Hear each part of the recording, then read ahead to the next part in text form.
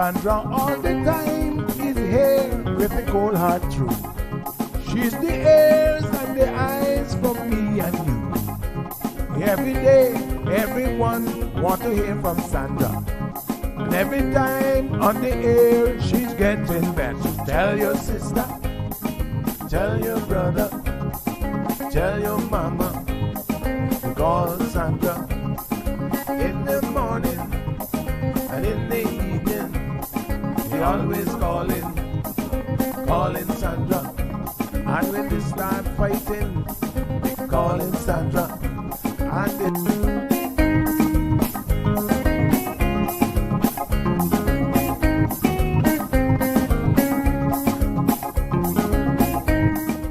And That's right, folks. Everyone is telling their mama about the cold hard truth.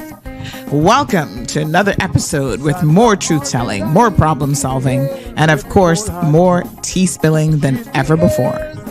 Sit back, students, grab your tea and turn up the volume because class is now in session. Call in at 936-2626 because your voice matters. Share your opinion on issues that matter the most to you.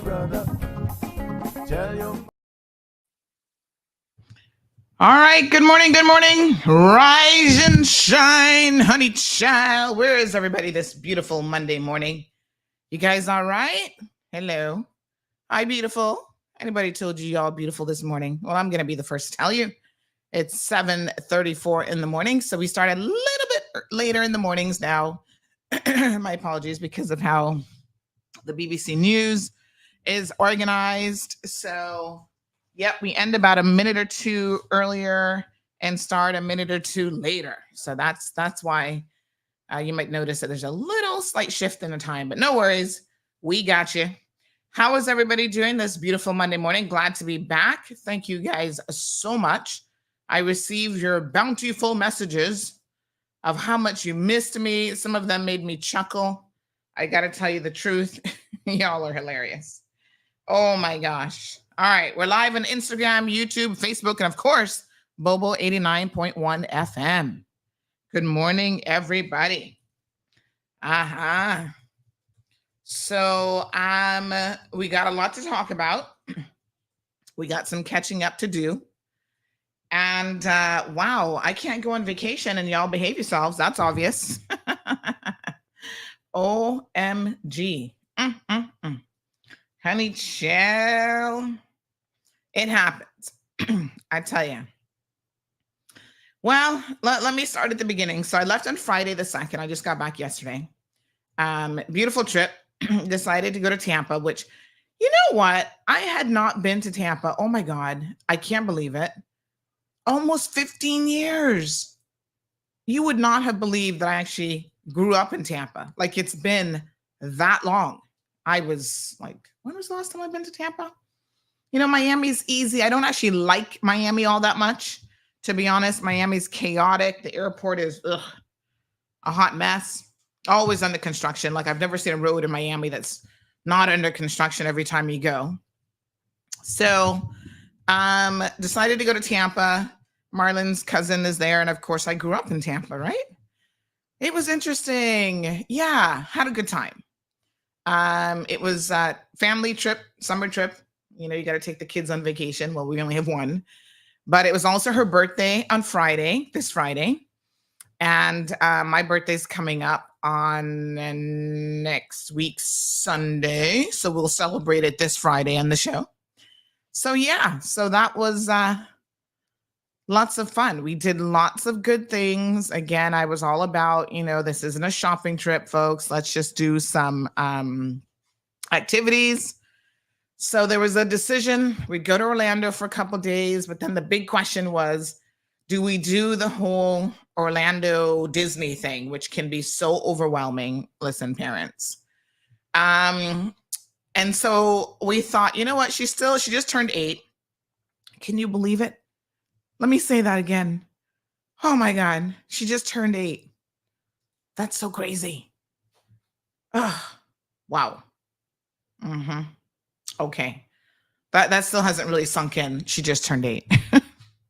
Where does the time go, y'all? I'm like, another 8 years and she'll be 16. What? I'm not ready. You got to enjoy every minute of it because it just goes by so quickly.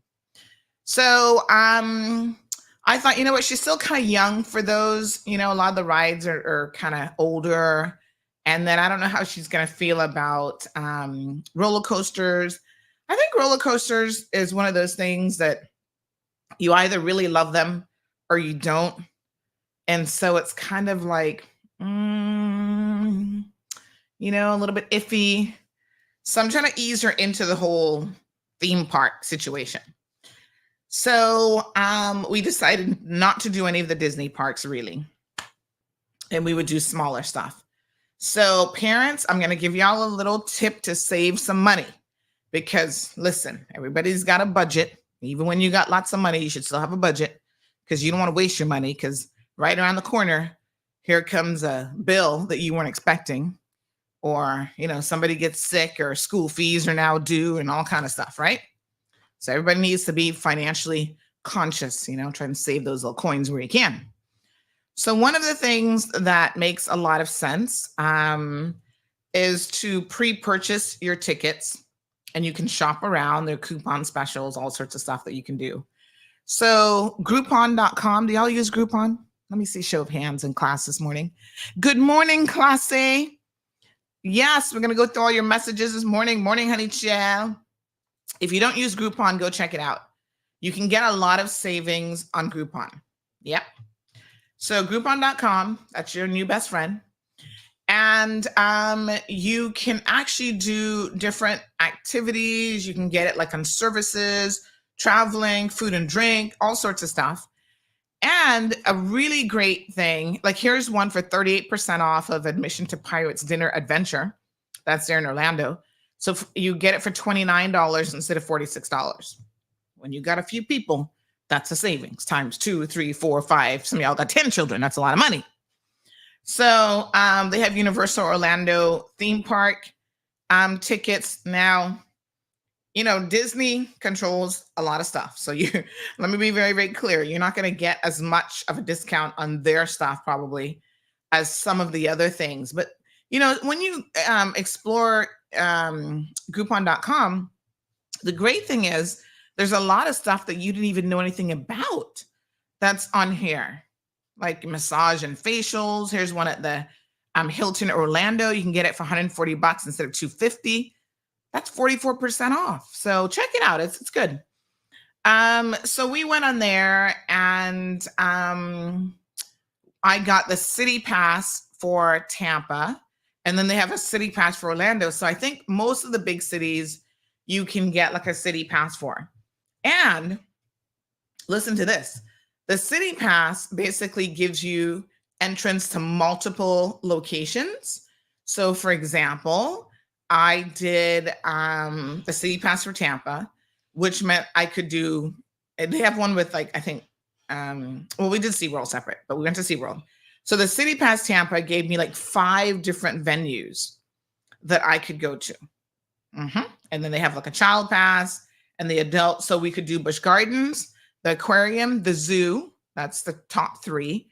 And then you could do Tropics Boat Tour, Clearwater Marine Aquarium, or the Museum of Science and Industry, and then the Glacier Children's Museum. So basically you get 3 big ones and then smaller ones. Listen, if you go to even 2 of these, it's worth the price. So that was kind of the game plan. Now, as it turns out, there was a hurricane brewing out there that I knew nothing about. The night before I traveled, somebody messaged me and said, hey, you ready for this storm? And I was like, what storm? What are y'all talking about? Storm coming. They're like, ooh, honey child, have you not been watching the news? The Weather Channel says that there's a hurricane headed to Tampa. I was like, what? A hurricane headed to Tampa? Is that a joke? Tampa doesn't really get hurricanes. It was weird. They got a hurricane, all right. So she dumped a lot of rain on the Tampa Bay area, Clearwater, all that area. In fact, I wasn't even paying that much attention to it because it was about 3 days of rain that kind of slowed down the activities I had planned. And so as it turns out, Debbie had some people, like almost their whole entire homes were covered in water. And they're saying that they've never experienced that level of flooding before. I was shocked. Like all the furniture is now outside. They didn't have flood insurance because They'd never experienced flooding before.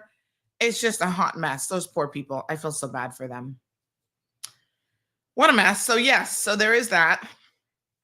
And so I lost a few days because I had my days planned out. I'm like, okay, I only got 9 days. I got to make it count. 2 weekends, 2 Saturdays, 2 like half day and a half on Friday, back on Sunday. We got to like figure it all out. This is a mall day. Go check out the mall. This day we're going to see world. So I had to kind of, lesson in life, always be flexible. I had to be flexible with my schedule and kind of work things around a little bit because of the rain.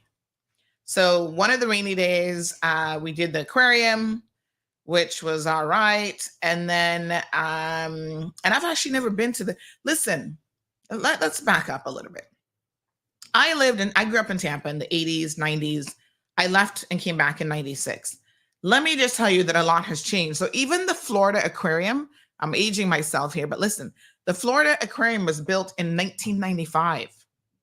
So I left in 96. It occurred to me while I was there, I'm like, I've never seen the aquarium. I never visited before I left. So that's been there all this time. And that's 28 years already. Oh my God. Ugh.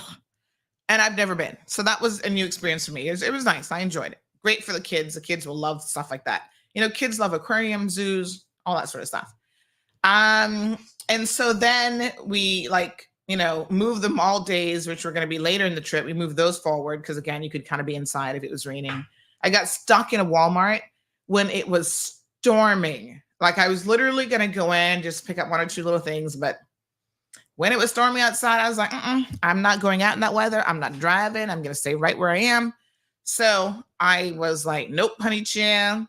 That was the day I did my eye exam. I went to the dermatologist. Sometimes I like to go to people, like when I go to the States, I like to go see medical professionals and be like, okay, what's your opinion on this? One little blackhead that I have, actually have 3, and they will not be moved. I mean, they are stubborn. And so the poor dermatologist, she was like, oh, let me see. She's like, they're so tiny. How do you know that they're there? And I'm like, I have an 8-year-old with perfect vision.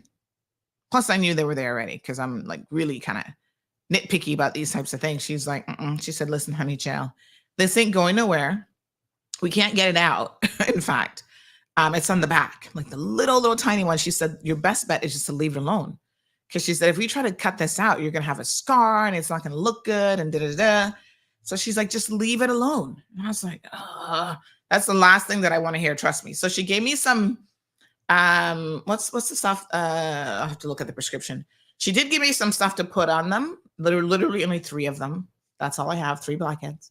So she gave me some stuff and she said that might draw it out. And then, you just got to leave it alone. I said, well, can't you cauterize the hole? She's like, no, we can't do that with these little minute holes like that.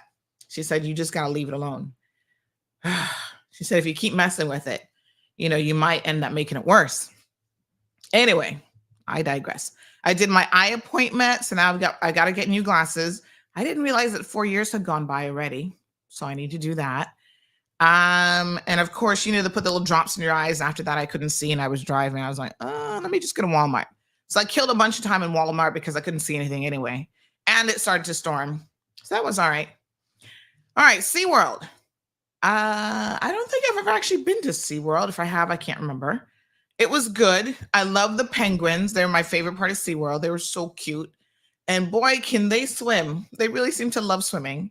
So those were the ones, apparently, there are different penguins from all over the world. A lot of them are endangered now, but this is Antarctic and penguins. And they are just so adorable. What I found so funny about them is when they swim in the water, it was freezing in there because they have to, temperature control it. When they're swimming, when they come out of the water, they come out with such force, right? They just shoot right out of the water, like, pew! And they're like standing on the ice and you're like, okay, Mr. Penguin. They were so adorable. But let me just tell y'all something. It is hot out there. Okay. I'm just saying. We got in the car Saturday afternoon.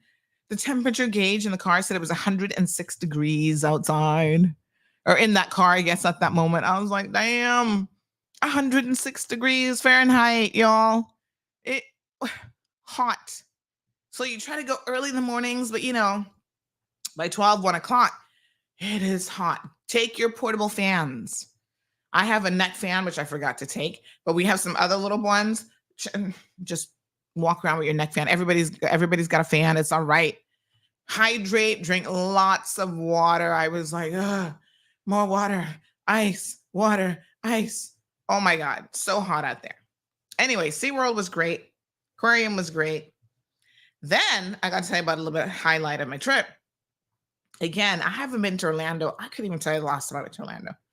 Donkey years. So we go to Orlando and we stayed at the Evermore. And I've got some footage. I'm going to put it up later because you guys need to check out this property. So it's a mixed use concept, which I like because it makes sense. There's a hotel called the Conrad. Now, apparently, very nice, posh hotel, like going to give everybody a run for their money in terms of top tier hotels, So check out the hotel if you want. But they also have like apartments and mixed use units. So we had a 4-bedroom because, we had more people coming. We had other cousins from Naples that drove down. They drove 4 hours to spend the time with Gigi and her birthday. And the cousins from Tampa, they joined us. So it was like 4 bedrooms, 4 bath, very, very spacious. The rooms, the decor is lovely. The property is amazing. Lots of stuff to do. I didn't get to do everything because, again, time. Like, I need to go and spend just a whole week in Orlando. Seriously. But on the property itself, golf course, like basketball, tennis. I don't know about tennis, but definitely pickleball. Because when he said pickleball, honey child, I was like, oh, really? Didn't make it to the pickleball court. Didn't really take pickleball shoes. Anyway, pools. There's a water slide for the kids. They loved it. So one day we went out by the Blue Lagoon. Beautiful. I'll post some pictures. As a matter of fact, let me pull up a quick picture here. Gorgeous. We got there first, checked in. So of course I had to take the best room, and the rooms are pretty, they're all great. So I took the one with the view of the lagoon because I'm like, yes, this is a life. I want to wake up in the morning looking at this gorgeous lagoon. And I sure did. It was gorgeous. So let me see here. Took some really, really great pictures. Again, so hot. We did hit the lagoon, and the kids absolutely loved it. Everybody was in the water. Get up and go out there early because once again, by, midday, honey child, it's kind of hot out there. And I was like, oh, let me sit in a cabana. I couldn't take the heat. And I have to be very, very careful, actually.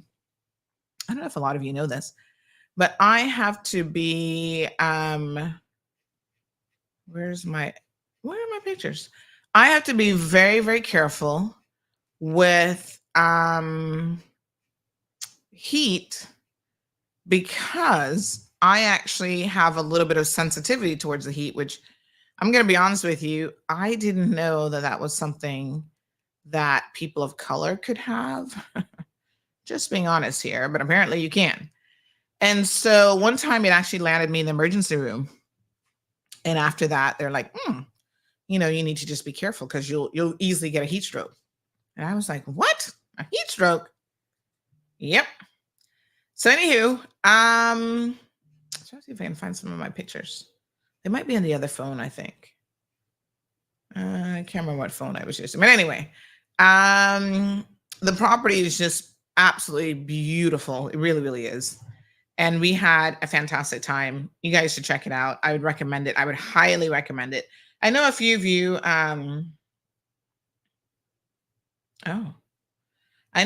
contacted me and said that,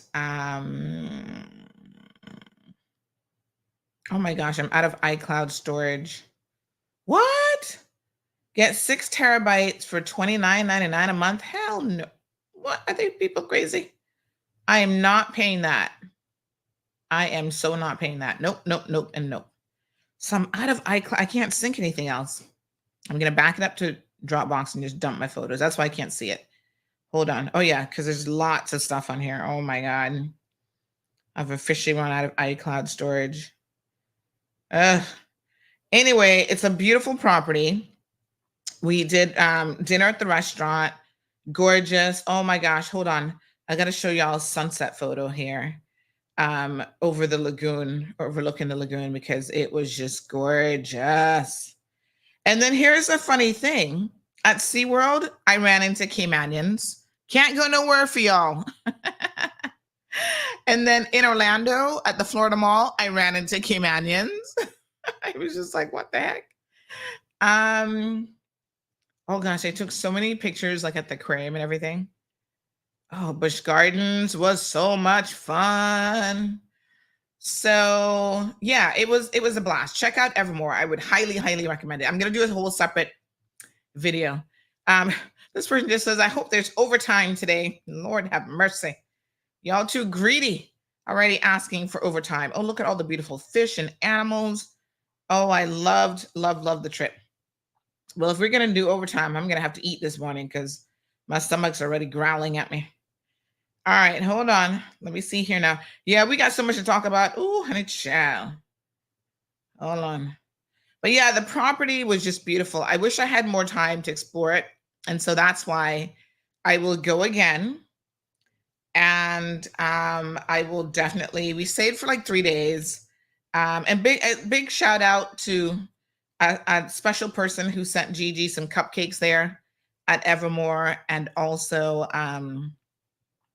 oh yeah, I'm going to show you all this picture. Hold on. Yeah, I got some great pictures. Hold on. Sent her cupcakes for her birthday and a little puzzle as a little birthday present, a Lego puzzle. Well, you know, the Lego things they put together. So thank you so much. She absolutely loved it. We haven't put together the Lego thing yet, so we'll do that as an activity this week. Let me see here now. Yeah, I'm going to show y'all some pictures because it's nice. I would definitely highly recommend, if you're going to be in Orlando, to check out the Evermore property. Yep, a few of you, like I said, told me that you were wanting to go. So hold on. I'm going to show you all a little bit of this. Yes, we'll go into a little bit of overtime this morning. Yes, honey child. I see your message, ma'am. Thank you very much. Y'all had me cracking up. Somebody messaged me on, I think it was Monday, and they were like, girl, I know you need a vacation, but no, this was Tuesday. Lord, TD, when are you back on island? What a miserable week we're going to have without CMR. So I said, I'm taking off the whole week. They're like, Lord Jesus, you deserve a break, but we didn't ask for this torture that comes with it. And then they said, know that you are missed. So I got lots of those messages, and yeah, it was pretty funny. There was a room with like bunk beds, which is great if you have kids that can sleep like 4. Yeah, the property is just beautiful. All right, I'll show y'all a few of these. And then Busch Gardens was lit. Now, because I live right in Tampa, you know, I have been to Busch Gardens numerous times, and they have a new ride. I didn't really do any big roller coasters. Like, you know, I have to muster up a certain amount of courage. And I was kind of trying to feel out Gigi in terms of whether or not she's going to be like a roller coaster kind of person. Sure, let me tell you, I think she might be up for the challenge. She was like, so we did a few rides at Busch Gardens, because Busch Gardens, I feel like they have the most rides. They have a lot of rides. And so we did those. And we did the Congo River one. She was like, again, let's go again. We're like, oh my God. Listen, August is probably the worst time to go to these parks because everybody's going very busy, overcrowded, and it's hot. Do yourselves a favor. It's going to cost you some money, but do yourselves a favor and get the express pass for the rides, because Lord Jesus, we stood in one line for a ride at SeaWorld and then gave up because we realized that we were still like halfway there. And I thought we had made good progress. It was too hot. Gigi was getting miserable. Express pass, you're in and out. It's a lot quicker. It's expensive if you don't, especially if you don't buy it ahead of time, because you can buy them ahead of time, and the further ahead you get it, the cheaper it's going to be. But if you wait till the day of, Ugh, these parks be just ripping you off, man. I'll tell you. All right. Let me show y'all some of my beautiful photos. Yes, honey, chill. Hold on one second. We are in the month of August. Woot woot. Birthday month. Big shout out. Is Ingrid around this morning? Ingrid's got a birthday. Who else had a birthday? We have lots of August birthdays. Dr. Sydney. On the 16th, I think, we've got Al Ebanks coming up. We have Tina Trumbach celebrates the same day as Gigi. So that was Friday the 9th. She's Gigi's birthday twin. And who else has a birthday? Oh my God, so many birthdays. I can't keep up. So Ingrid's birthday is today. So happy birthday to Ingrid. All right. Oh, look, there's Ingrid. She said, thank you for my birthday wishes. Yes, girl. Okay. So let me show you a few of these pictures. And then, honey, child, we're going to have to move on from the vacation chat because y'all know. Y'all done know what y'all been up to since I was gone. Lord Jesus, that we have to talk about. All right. Hold on one second here. Let me find my little vacay photos. First of all, one thing that didn't change, y'all were still running into each other, still having accidents. Nothing different there. I was like, y'all just need to behave and learn how to drive. I can help y'all get a driver's license, but you got to do it the right way. Can't be buying a license. That ain't going to work. All right, look at this. Gorgeous, right? Isn't that pretty? Oh my God, that lagoon. I mean, it's hard to imagine that that's actually man-made, but that looks like the beach. They've got it surrounded with beach sand and everything. And yeah, it's beautiful. And I like that it's only so deep, you know, so the kids, you can let them go in there and you feel safe with them being there. They have kayaks and what's the other thing called? You've got kayaks and what's it called? The boards. Oh Lord, I can't remember. Anyway, you can get those and use those, you know, everything, like there's no charge for that. And it was interesting. They have pools and everything as well. Some of the private homes actually come with their private pool that's heated and all that kind of stuff.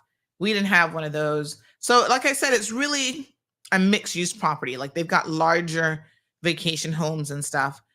Private, they have like a 6-bedroom house with a media theater, over 4,500 square feet. Like that was crazy. They've got a 5-bedroom house, which is over 3,700 square feet. And that sleeps like up to 15 people. So, you know, you can really like work it out. So, you know, they've got amazing spaces if you want to get everybody together and just take a really big vacation. And in fact, they even have some, I think they go up to like 11 bedrooms. And that's over 7,800 square feet. Now, you know, you got to pay a pretty penny for that one, I'm sure.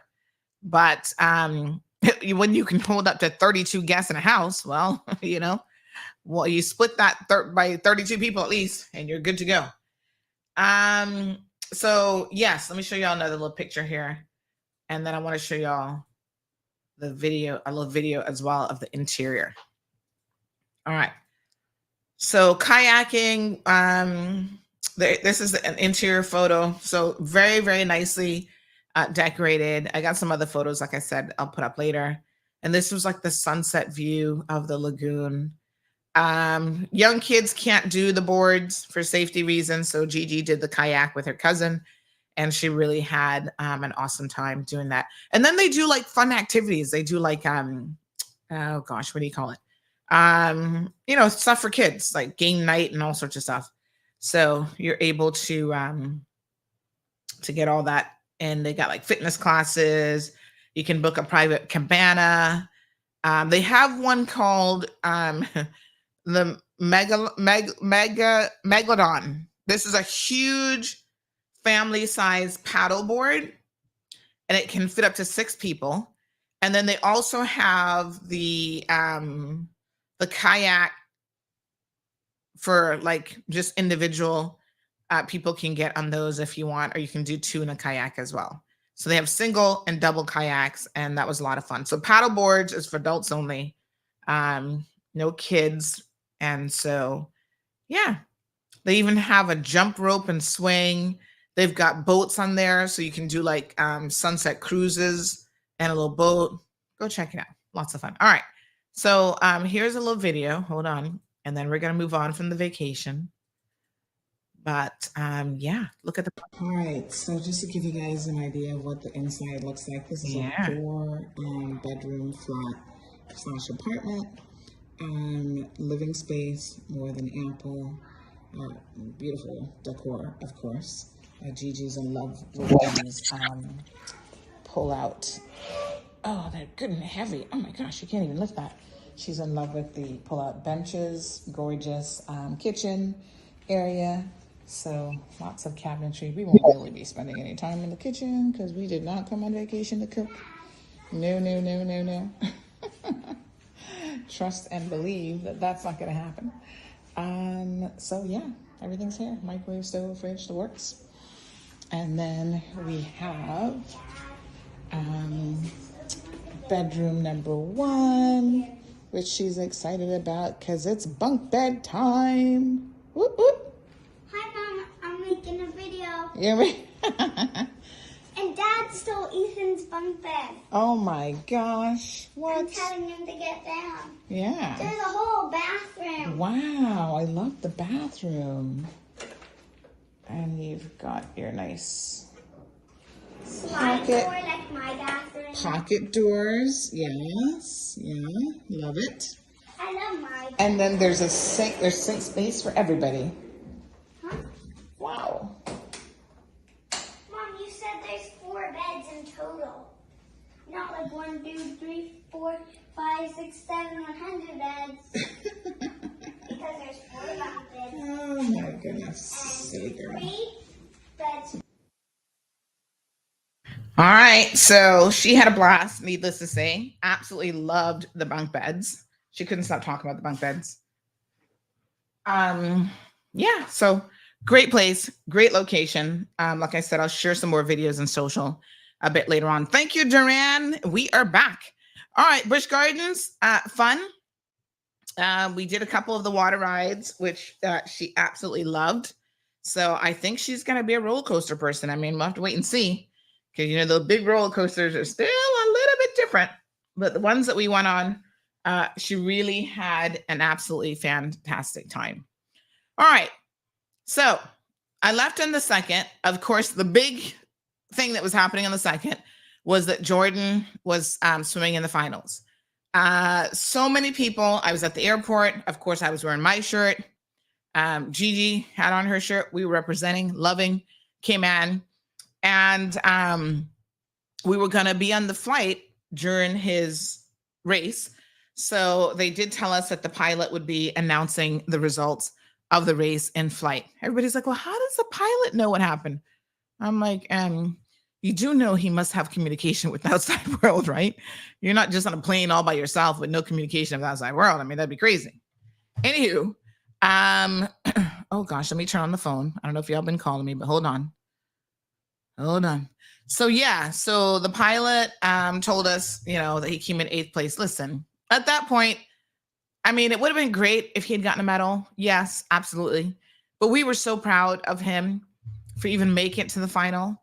And it brought together Cayman, I must say, in a way that was like amazing. I mean, honestly, I was just like, this is great. So very, very proud of him. Now, I must tell y'all that I'm a little bit confused because somebody told me that he's back in Cayman and we didn't know anything about it. How did that happen? Is it really back? Because somebody said something about he was getting a tattoo or something of the Olympics here in Cayman. I thought we didn't have a hero's welcome for this young man when he came back. Like, say what? So I need to confirm that. I don't really know, but I hope that that's not the case because I think we should have obviously welcomed him back properly home. But I do appreciate the government um, on short notice putting together the viewing parties and stuff on Friday where people could go. Somebody sent me footage of the town hall that was packed with people who wanted to sit and watch the race and stuff like that because apparently a lot of y'all don't have TV access where you could watch the Olympics. A lot of you were missing out on the Olympic events. And of course, we wanted to see him swim. So congratulations, Jordan. Well done to you and all of the athletes. I know last night, I think they wrapped up the ceremony and lots of interesting things happened. Obviously, during the Olympics, we might touch on those throughout the entire week. The players were not all that impressed with the accommodations. They actually showed a guy who was,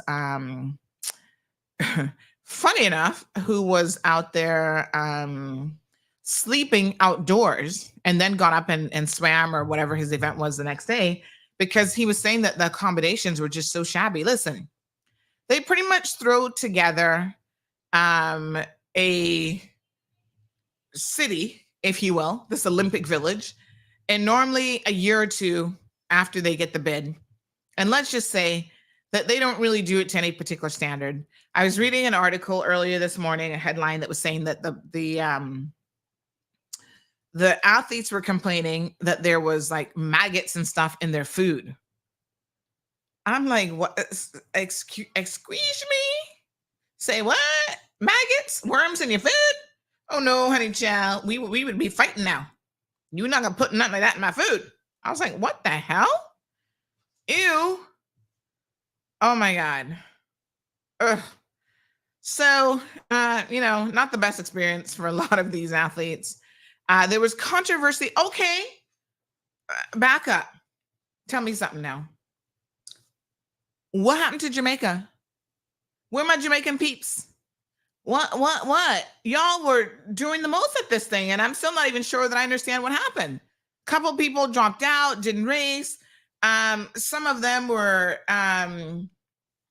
apparently stopped from going in because they changed some security protocol, some mixed up story. It was just a hot mess. I was like, what the hell? Wow. Don't know what happened, but I know Jamaica. I mean, listen, you don't make it, you don't qualify and go to the Olympics and then not run. Like that needs some serious explanation all the way to Paris from Jam. Like, what happened? But I was on vacation, honey child, so I was kind of looking at it. People were sending me stuff. Obviously, Marlon's cousin's Jamaican, so he was like, Sandy, look. He's American now, but he's like, look at this. They didn't race. I was like, what? A bunch of controversy. Oh my gosh. So, I don't know who's in the medal lead. I think America obviously won basketball. I think they're always winning basketball. They won a lot of stuff.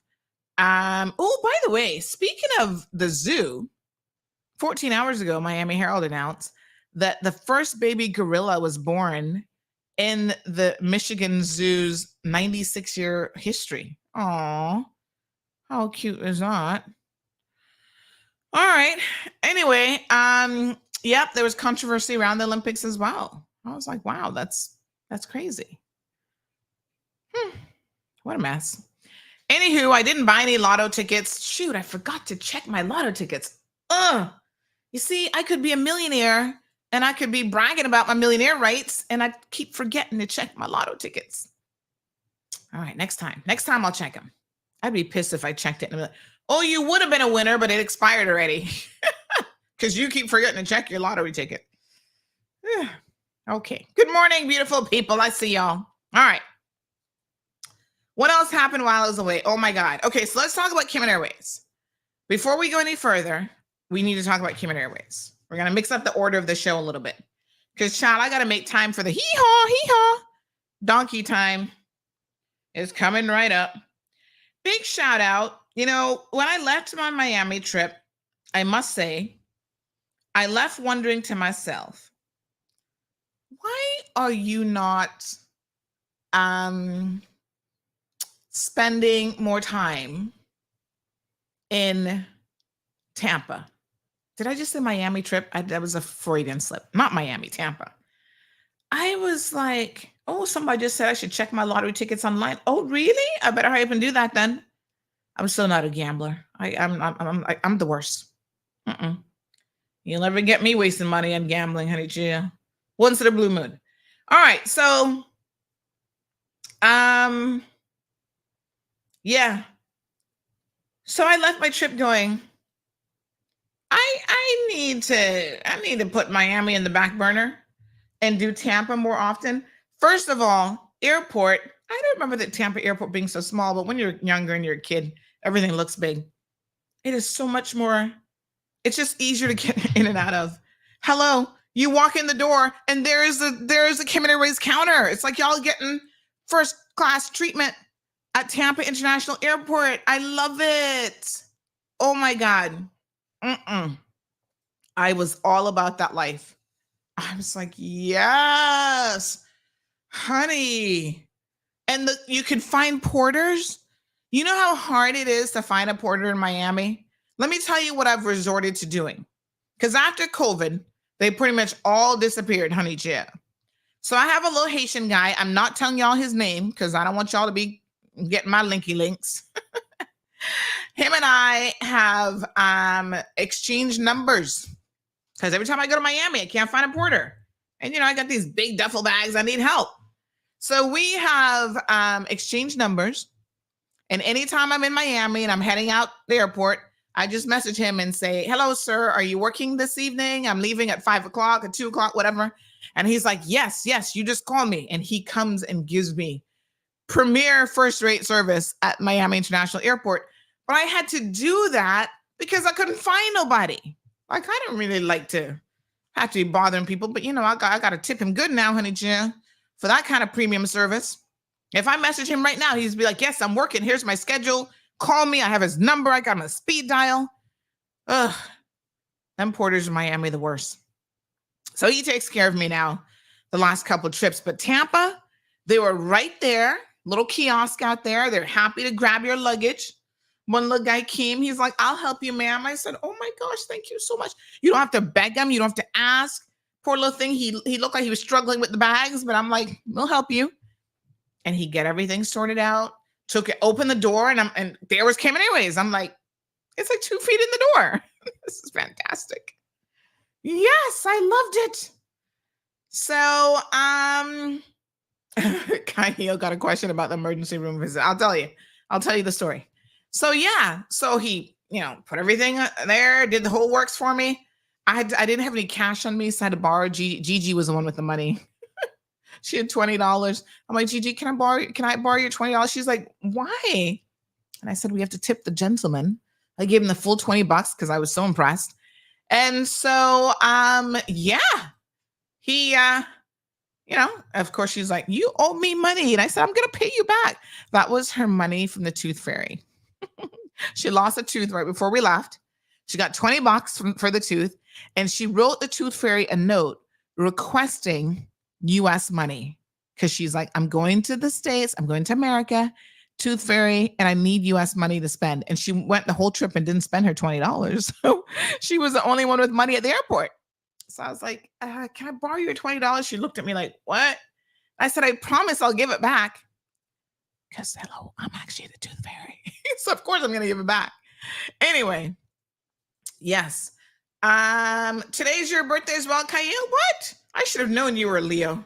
You and your attitude, I should have known it. All right. So, thank you, Tampa.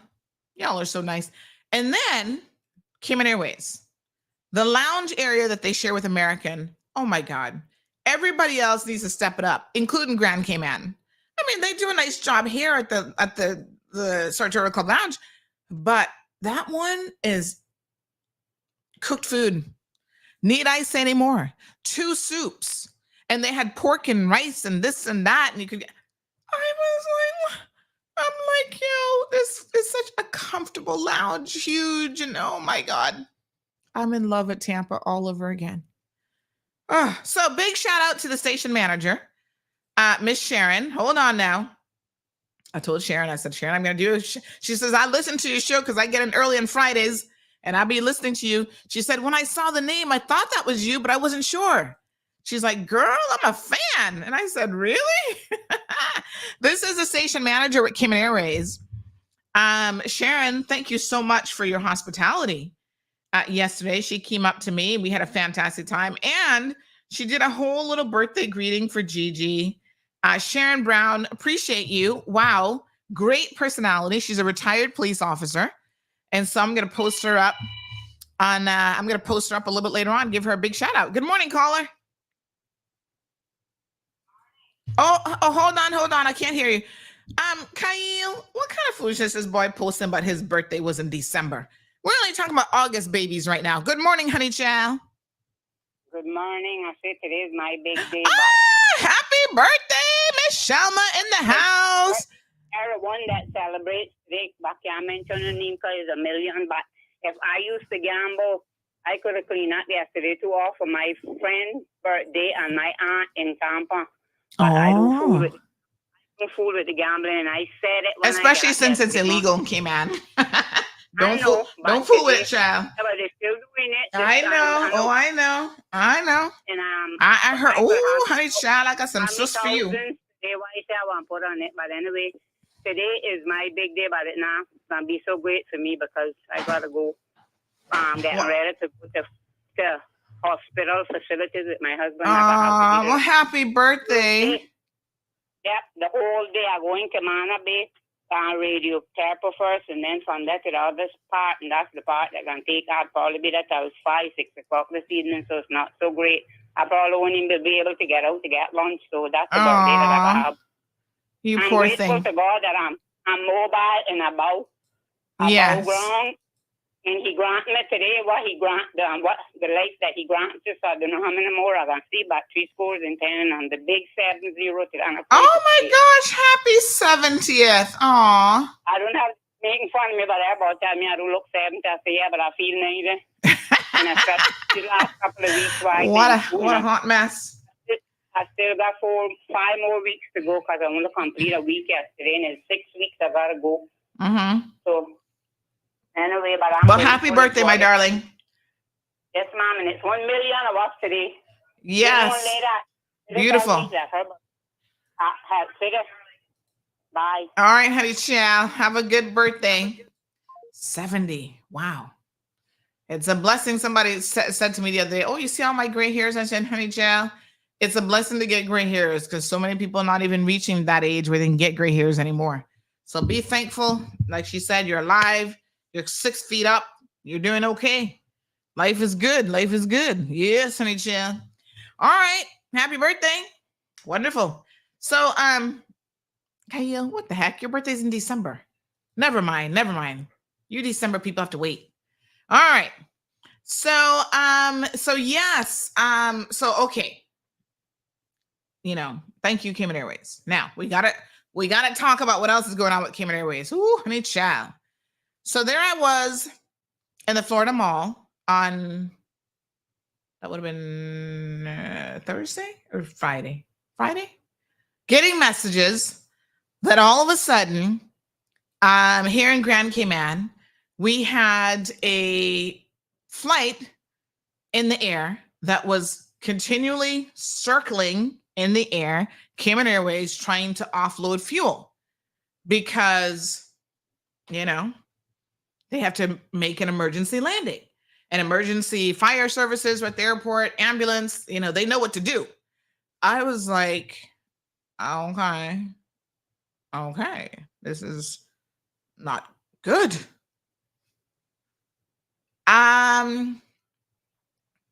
Anytime a plane has to do that, you obviously have to be concerned because anything can happen in these landings. Even without fear of contradiction, Cayman Airways has some of the best pilots in the industry. That's why people like Emirates Airline, United Arab Emirates, all these people keep stealing our pilots. Cayman Airways got to figure out how to keep our pilots, especially if they're Caymanians, because we're hemorrhaging, our local pilots too. So they just grab them up and they're gone. you know, and they get all sorts of benefits when they go overseas. I mean, they tell me, Sandy, they're paying for school fees, they're doing this, they're doing that, we get a good salary, da da da da. They treat them like kings over there. We need some women to start going so I can say kings and queens, you know? So we, without a doubt, have pilots with an immaculate track record, and they always put safety first, which is the most important thing. Having said that, this issue with this plane does concern me. I'm going to be honest with you. It's something to do with the flaps. Apparently, Cayman Airways put out another press release, which I know Renee should be posting up if she hasn't already.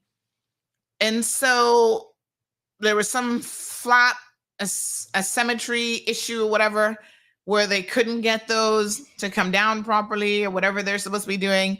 And so this is what caused the plane to have to do an emergency landing. Thankfully, everything went well. It didn't end up in the ocean. I heard it was kind of close to the end of the roadway because, you know, those jets are big. So we were all good. But you know, slap me ball-headed.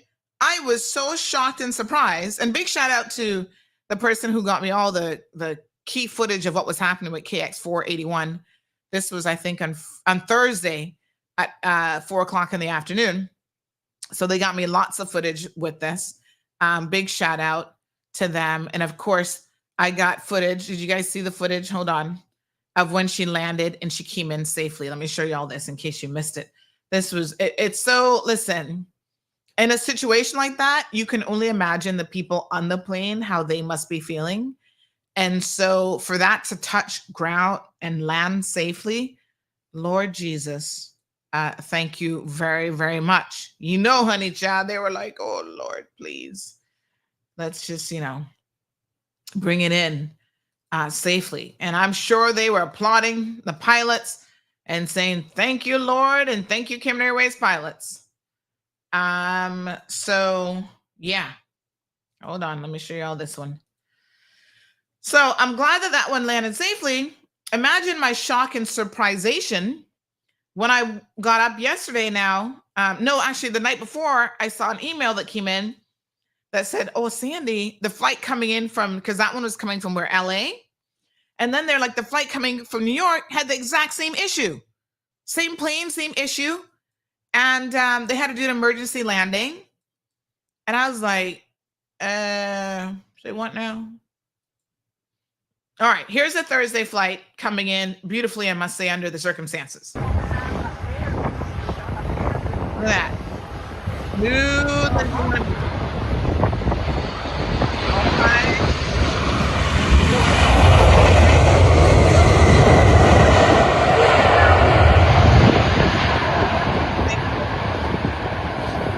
And so there was fire coming out. I heard the husband had to go for her.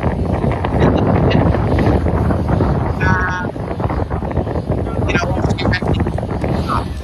So I don't know how this works. And this is where now, if I was in Airways, I'm just saying, y'all get free advice here.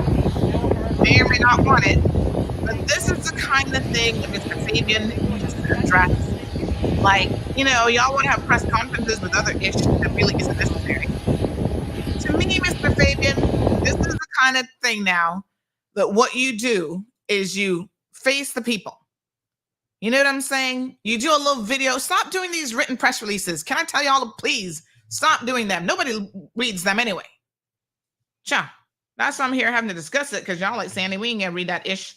You just tell us what's going on. I would rather, this one now is KX792 coming from New York, had an issue yesterday or the day before, my apologies. I would rather, Mr. Fabian, even come on here for 5 minutes, 10 minutes, give y'all a little bit of time, explain to you what's going on. You know, this is what we're doing. Mr. Fabian, you have a nice voice and we want to hear it with you telling us exactly what's going on over there at Cayman Airways. Sending out a press release that nobody's going to read. I'm just like, oh, okay. Now, what we do know is that they have, and this was the footage from the New York flight. So hold on a second now. Look at this. This one is a hot mess. Right. they were giving them The cabin crew members will check that you have done this correctly. oh my Once God. again, 1, 2, 3. They were showing them how to brace like a real emergency landing. It was going to New York. I'm going to ask you just to hold your brace position so that the cabin crew members can check that you have done that correctly. Oh my gosh. Can you imagine? Like, you know, it's coming. Like, we're going to have to do a real emergency landing. Y'all need to know how to brace properly. Wow. What the hell? So, Mr. Fabian, we would love to hear from you. I'm just saying. When you took up a position as CEO or MD or whatever your official title is of Cayman Airways, you can't be behind a press release all the time. Sometimes you got to be facing the people. And this is one of those times that we would like to be comforted by hearing your voice on exactly what is going on here. Let me see if Renee has put up the story yet. Give me one quick second. I'll send this out on the news channel. Don't forget to join the news channel. And the other thing that you need to ensure with the news channel is turn on the notifications once you joined it. So what they have now done is they have actually they have grounded this plane because it was the same plane and the same issue 2 days in a row practically. So now they have grounded this issue. Apparently yesterday morning or yesterday early afternoon, whatever, a plane had to go for those passengers. And my understanding is that they actually came in like around the same time the Tampa flight landed yesterday afternoon here in Grand Cayman as well. What a hot mess. That's got to be a very, very scary situation. And then over the weekend, there was a plane crash somewhere around the world that crashed and killed all like 61 people on board. So no, listen, when people hear that kind of news, they don't want to hear nothing about no flaps not working and 2 emergency landings in 2 days. Honey, child. Get it together. And so now Cayman Airways has said that KX 792, which was destined for New York from Grand Cayman on August the 10th, landed safely at John F. Kennedy International Airport at 10:36 p.m. after encountering a flap indication issue during its final approach. They think that it's just the indicator, but hey, you can't take any chances. Same thing happened on August the 8th. With the flight to Grand Cayman from Los Angeles. And so now they have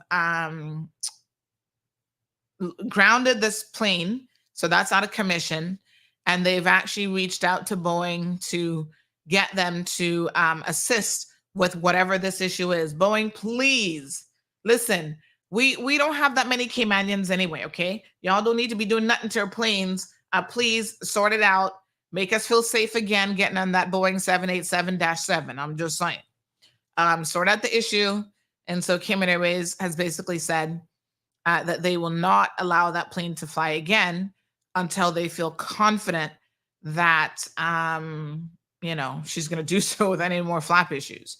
So they have a little quote in the article. I've just sent it to the news group, the news channel on WhatsApp. Please join the news channel.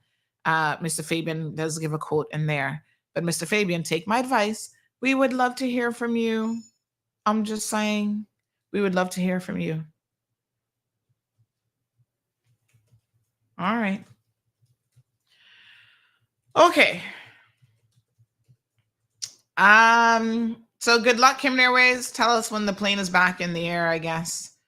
And hopefully nothing more to report on that front. But again, big shout out to the customer service. Romelia says, I'm waiting for Cal to put back flight 2 times a week to Honduras, especially to Rotan. Good morning, Lavana. Hope you're doing well. Love Tampa Airport, says Renita. Better than crazy Miami. Miss Marva sending out some birthday greetings to Miss Shelma as well. Oh, Verdon Terry, 75 yesterday. Happy birthday. Oh, that's wonderful. Have you done my Cayman Voices interview yet? You should. Let me know when you're ready, honey child. Good morning, Miss Faith and Hope. Aliano, he was messaging earlier saying he was having withdrawals. He's so glad that we're back. I need my fix this morning, he says. Oh, my goodness. He also says I need to implement 2 regional jets and either retrofit the Saab's 340 to cargo. Implement 2 regional jets. But where are the regional jets going to? Mr. Ed, wishing Mr. Terry a happy birthday. Miss Pat, good morning to you. Sharon, hey, Sharon. Look at Sharon. There she is. Cayman Airways station manager in Tampa.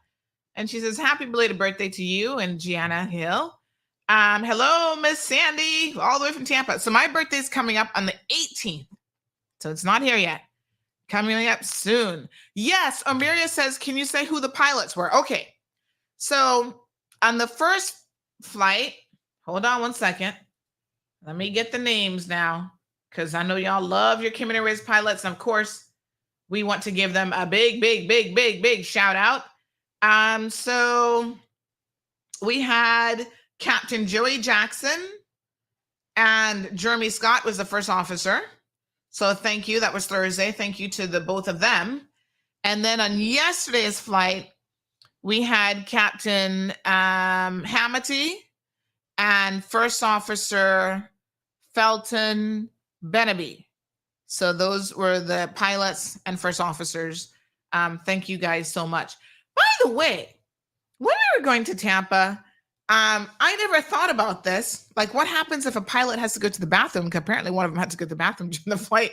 I must say, in all the years I've traveled, I've never noticed a pilot having to go to the bathroom. But the crew actually did something, which again, I've never observed before, where they actually cut off the, they put the trays and they lock them where no passengers can come up to the cockpit or whatever, or even get to that bathroom right behind the cockpit while the, I don't know if I guess he was the first officer. I don't think he was the pilot, but you know, he had to go to the bathroom. And so they had to lock off that area completely, which I'm sure is standard protocol. I've just never really noticed it before.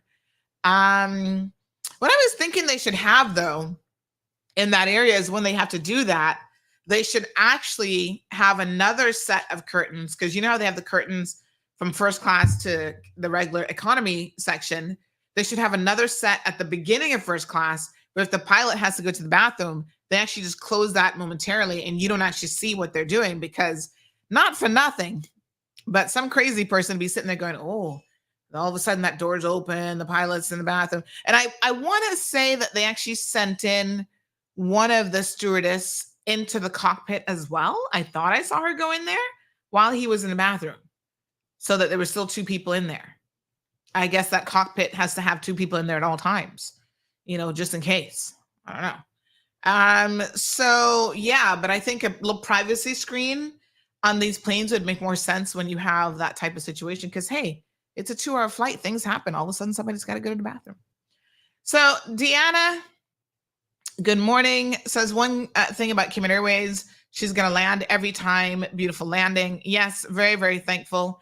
Someone on WhatsApp actually said that Captain Jackson has always been an outstanding pilot, one of the best to ever fly a plane. This was not his first time in command of a Cayman Airways plane that was experiencing difficulties, and he's always cool and calm in high stress situations. Good job, Captain Joey Jackson. Mm-hmm.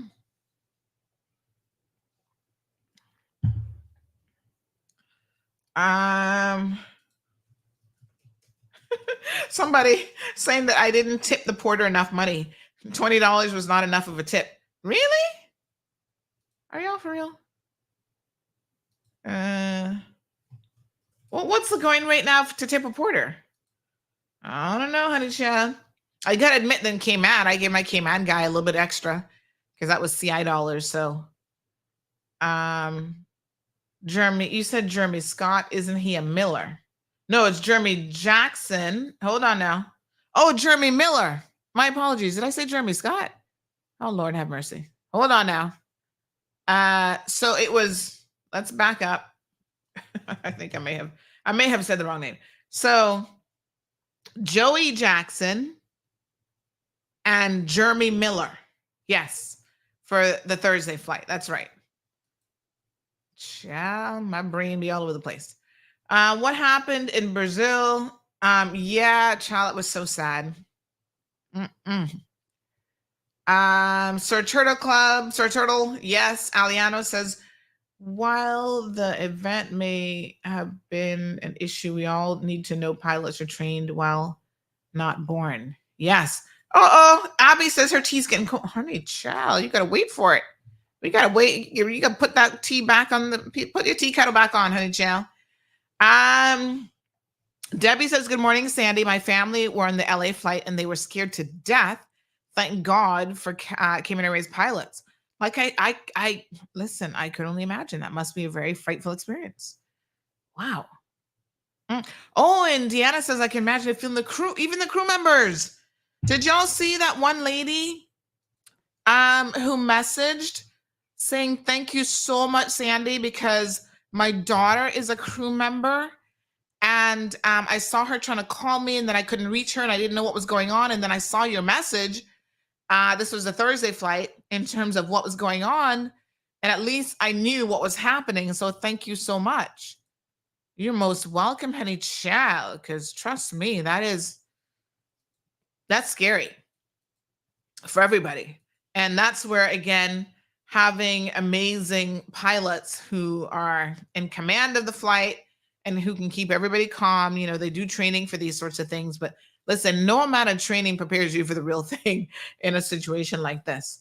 So, and you can imagine as a mother, she said, you know, her daughter's a cabin crew member with Cayman Airways. And she was like, why can't I reach her? Like she just called.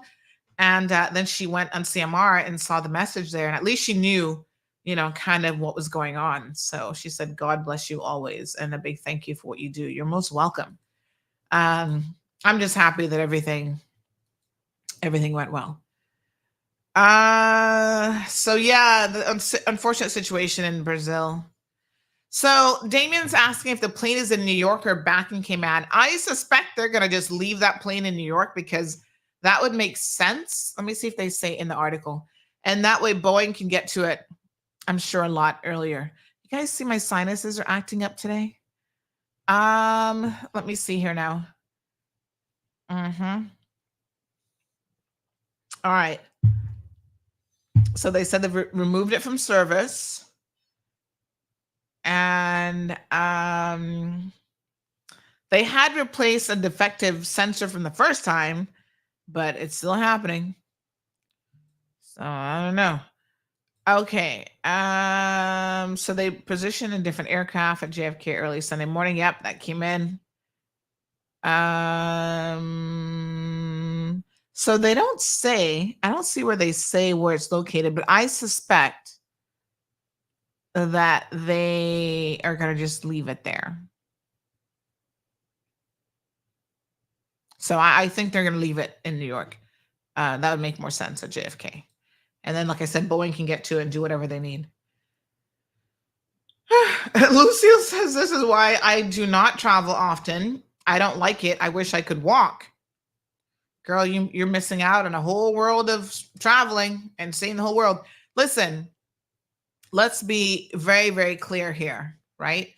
Traveling is the safest mode of transportation, traveling in a plane.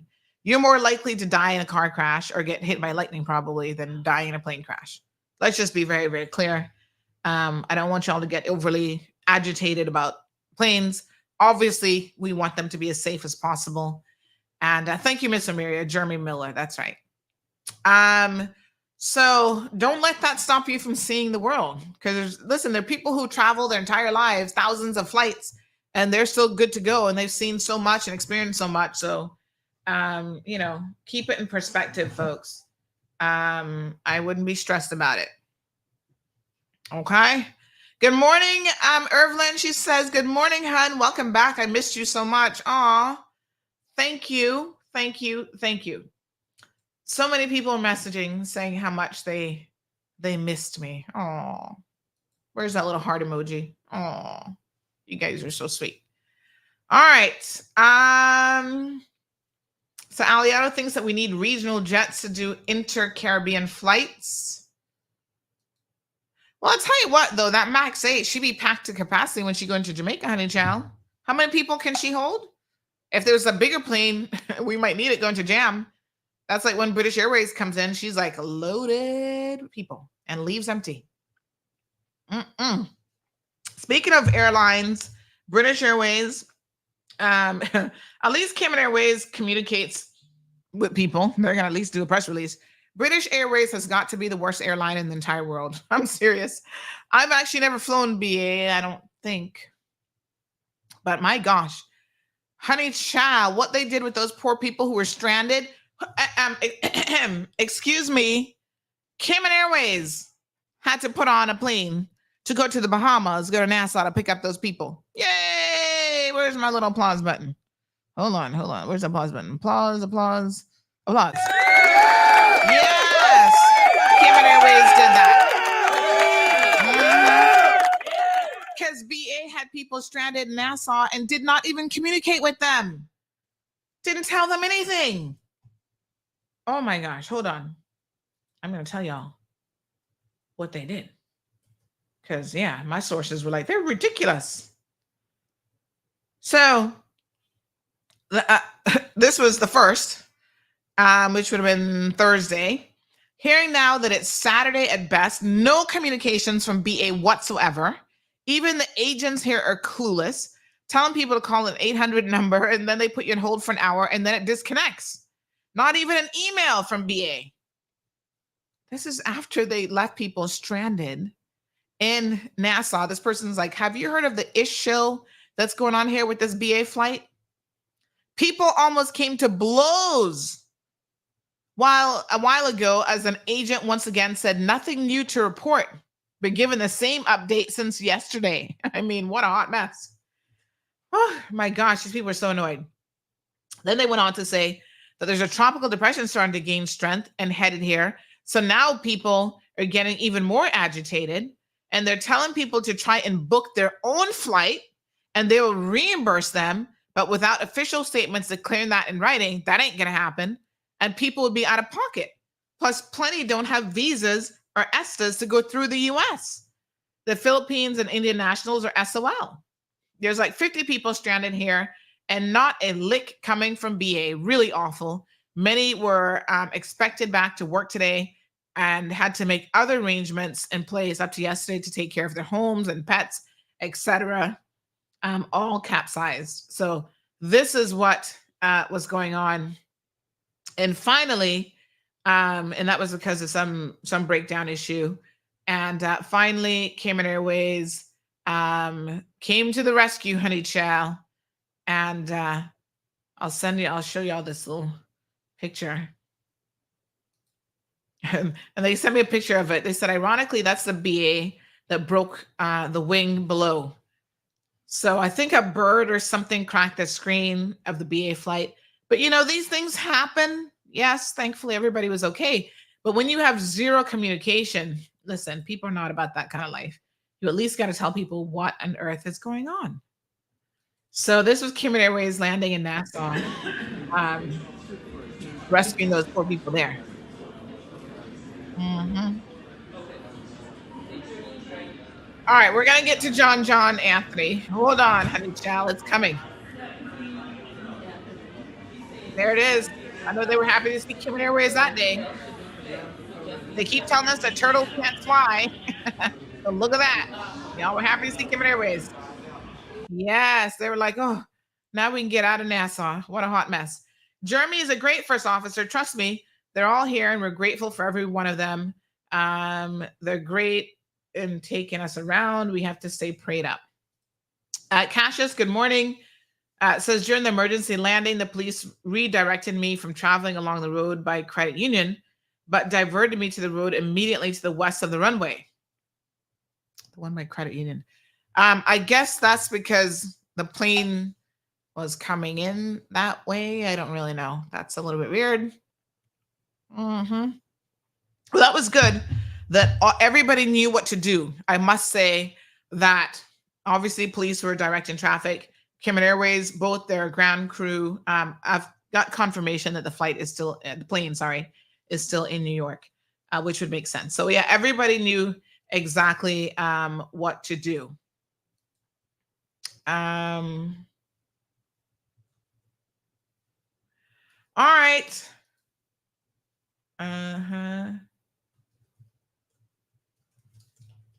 Okay. All right. So good stuff. Keep y'all updated. Morning, Jake. Juanita says, good morning, class from Sandy. Happy Monday, all blessings. Mr. Jackson is good. Always a calm, smooth ride with him. Happy that all went well. Garrett says you have a higher chance of death when traveling from your home to the airport and driving on the road than on the plane traveling to your destination. Exactly. All right. Good morning, caller. How you doing, honey chill? Hello? Hello? Can't hear you. Try again. All right. Damien says that more people die from mosquitoes than coconuts. Coconuts, like hitting them in the head? Lord have mercy. Yes. Hello, Mark. 160 people. Oh, that's what the plane can hold? I thought it was more than that in that 787. Oh, well, she's always full. Garrett says that BA used to be one of the best decades ago, but they have sank now. Wow. How do you chill? Poor customer service. All right. Jake says stop flying on BA or people just like taking chances, laughing out loud. Fresh Joe says, didn't Boeing get sued for how much? Hundreds of millions for some aircraft defect that took a lot of lives? Well, we remember what grounded those planes for well over a year for sure. Lavana says it's not the first time that KX has done this for BA passengers. Yeah, we help out where we can. Thank you, Aliano. 160 passengers. Why did I think it was so much more? All right. Let's move on, honey Charlie. Now y'all see the screen behind me. give me a little minute here, honey chill, while I clear my sinuses, and I'm gonna play a little commercial for y'all, because now we need to talk about our minister who has crashed again. What a hot mess this man is. I mean, I really can't make this ish up, but he is a hot mess and then some. All right, let's take a commercial break, honey chill. We'll be right back. Hey, K-Man! Y'all already know we have the best wings at Popeyes. You made ghost pepper our top sellers, and then you did the same with sweet and spicy. Well, get your taste buds ready, because we are expanding our flavor range. We've added honey barbecue, roasted garlic parmesan, and signature hot. You can choose to sauce our mild wings, or the bravest of you can even sauce on top of our ghost pepper wings. The wing game is over. 5 new flavors with K-Man's favorite chicken, only at Popeyes on Eastern Avenue. Ocean Ridge Heights offers an amazing opportunity to own a piece of land in idyllic Cayman Brac, right on the bluff, starting from $80,000. Located in a quiet residential area with high elevation, these lots are ideal for a future home or investment property and are sure to go fast. Cayman Brac offers a laid-back lifestyle, amazing pristine diving, limestone caves, diverse flora, along with amazing wildlife. Inquire about the owner financing options so that you can secure your piece of paradise today. With only a few lots remaining, these are sure to go before you know it. Contact Crichton Properties today on 345-949-5250 or info@crichtonproperties.com. Recover Personal Injury Attorneys, helping injured people get what they deserve. Did you know that insurance companies have lawyers that represent their interests? Before signing and accepting any settlement, know your rights. Call us today for a free consultation at 924-9999. That's 924-9999. Recover. Your personal injury attorneys are on standby to assist.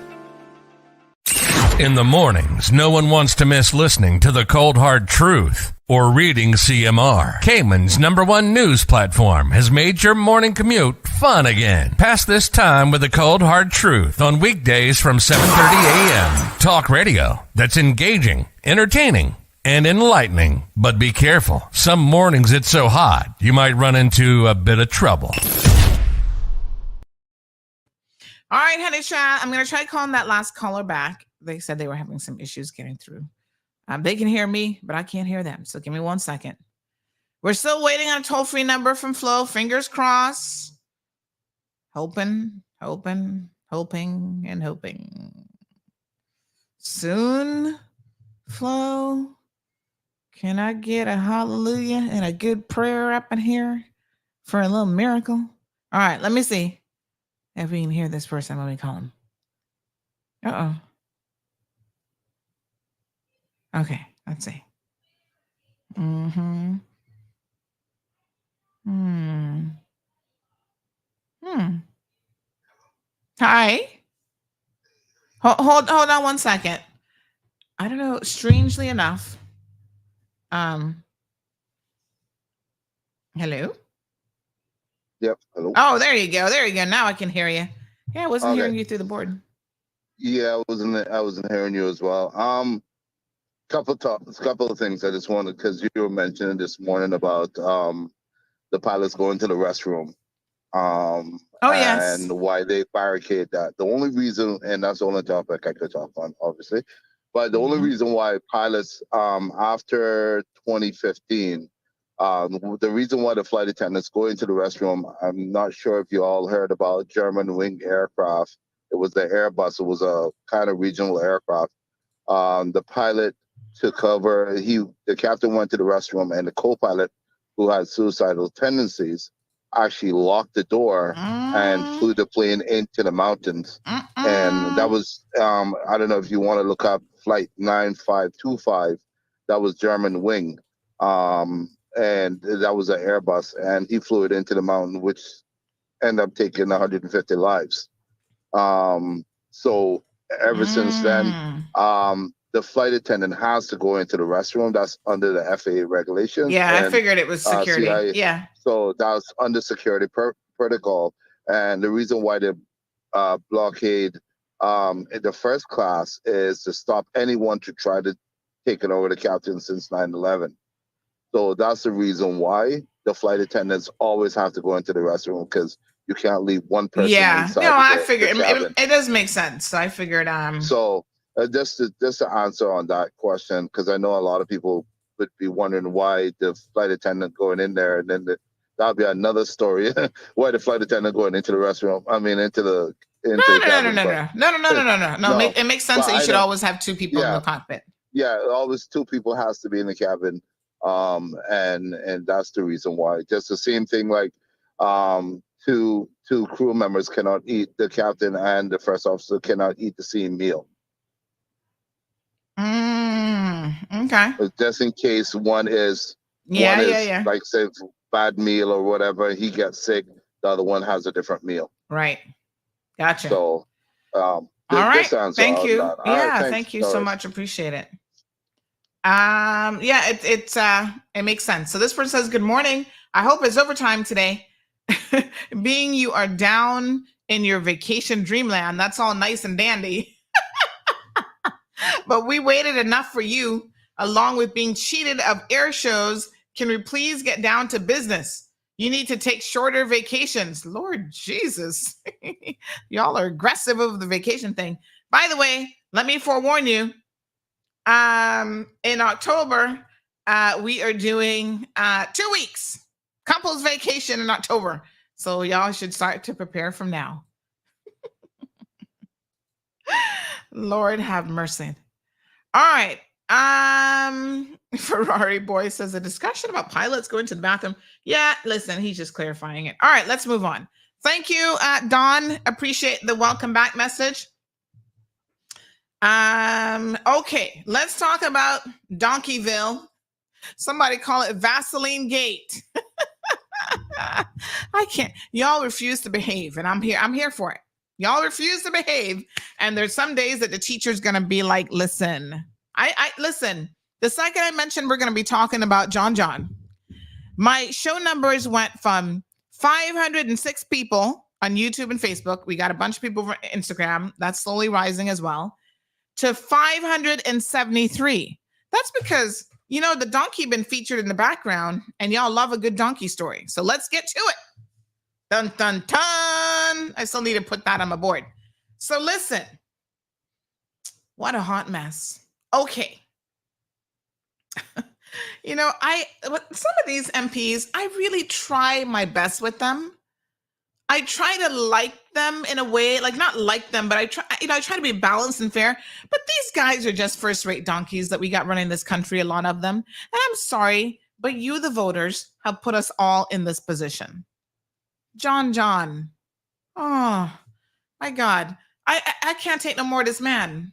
Y'all need to, Bordentown, Please, you got 2 donkeys that you need to get out of office. One is educated and still donkey. And then this one, all he can do is throw party for y'all, give you free beer and liquor you up, and you're still voting for him. Y'all have got to do better. Please, please, I'm begging you. Okay, honey child. Oh, Lord have mercy. I can't even make this stuff up. First of all, y'all have y'all noticed my lovely screen no longer has the reflections because y'all were complaining. Sandy, we can see your monitors. I'm telling y'all, I ain't got nothing on here that's all that confidential. But I got a screen. Apparently, you can order screen protectors for your TVs that cuts down. It's a blue screen filter thing. And that's what I had. I had got one off of Amazon, had Marlon install it for me last night. And so there will be no more reflection for my monitor. And now you can see that perfectly, like the color is so much better. John, extraordinaire donkey of the day, of the century, somebody said. Damon said jackass of the century. Well, at this point, I'm going to agree with you. I'm sorry, but I cannot defend this man. Now, I like to give people the benefit of the doubt where I can. But John, please, you need Jesus, and you need a lot more than that. How many chances are we going to give our MPs to be drunken, sloppy, accidents all the time? I mean, he's going to soon surpass Ralston, not for nothing, but Ralston's had a few.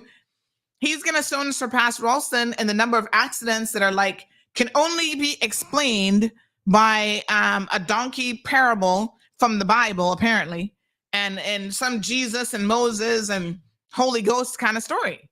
Like, it just doesn't make any sense.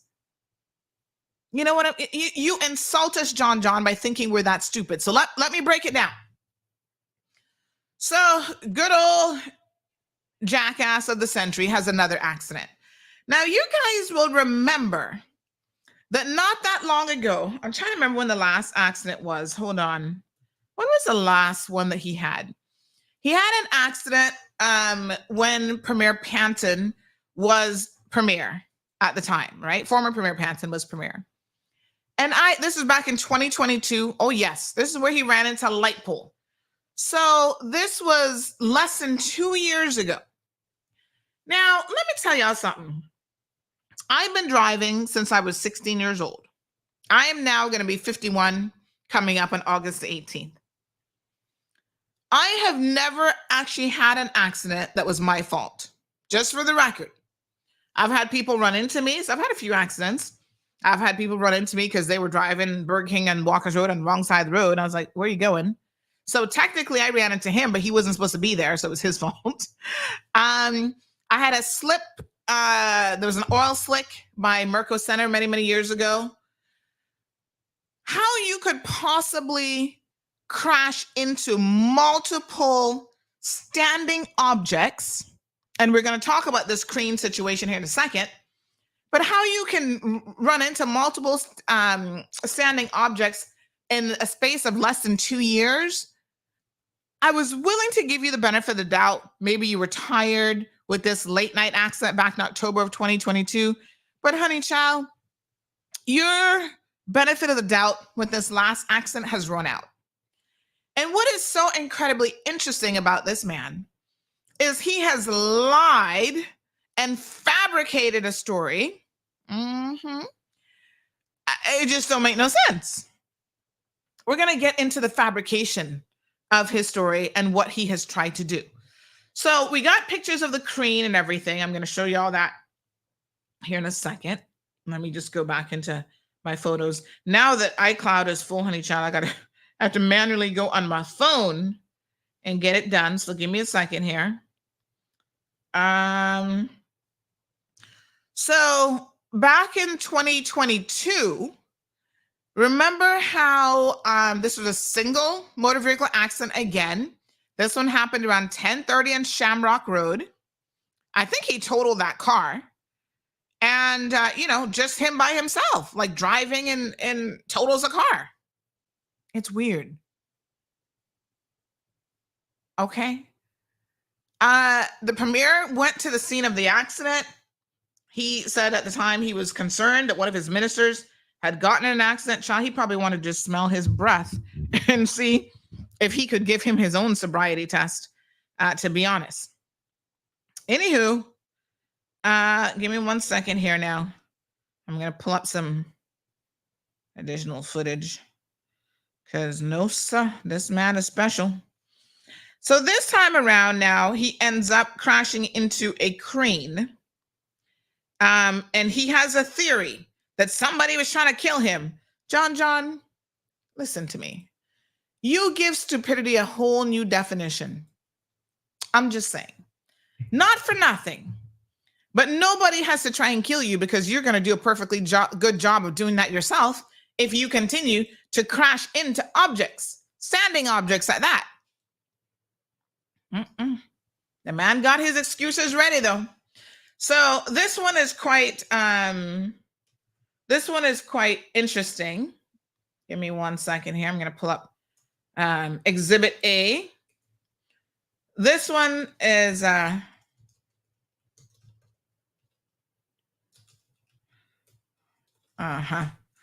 right, so this one is quite interesting because John has a theory, apparently, that somebody is trying to take him out. Why would anybody be trying to harm you, John? I mean, what are you into? You know, when somebody says something like that to me, I'm thinking, why do you think anybody would try to kill you? Are you doing something that we, the people, need to know a little bit more about? Like, what the heck? All right, hold on 1 second. Let me get the crane picture here for you guys. So, anywho, this is John, K-Man's worst driver. I hope DVDL doesn't fall under him. Please tell me he's not the minister for that section. I think that's Mr. J, actually. Because I dare say that John either needs a sobriety test on a regular basis. Maybe he needs some therapy. He was most likely speeding because I'm going to show you all the pictures of the vehicle now, because on a more serious note, I want to remind you guys that the vehicle that was totaled is a government vehicle. So we, the people, are going to pay for him and his sloppy driving. And I'm going to back up and tell you guys why this is a serious issue. All right, hold on now. Let me just get the pictures ready. Because when I saw these pictures, not for nothing, but somebody said to me, Sandy, is this person alive? And I was like, oh my God, I don't even know. This is crazy.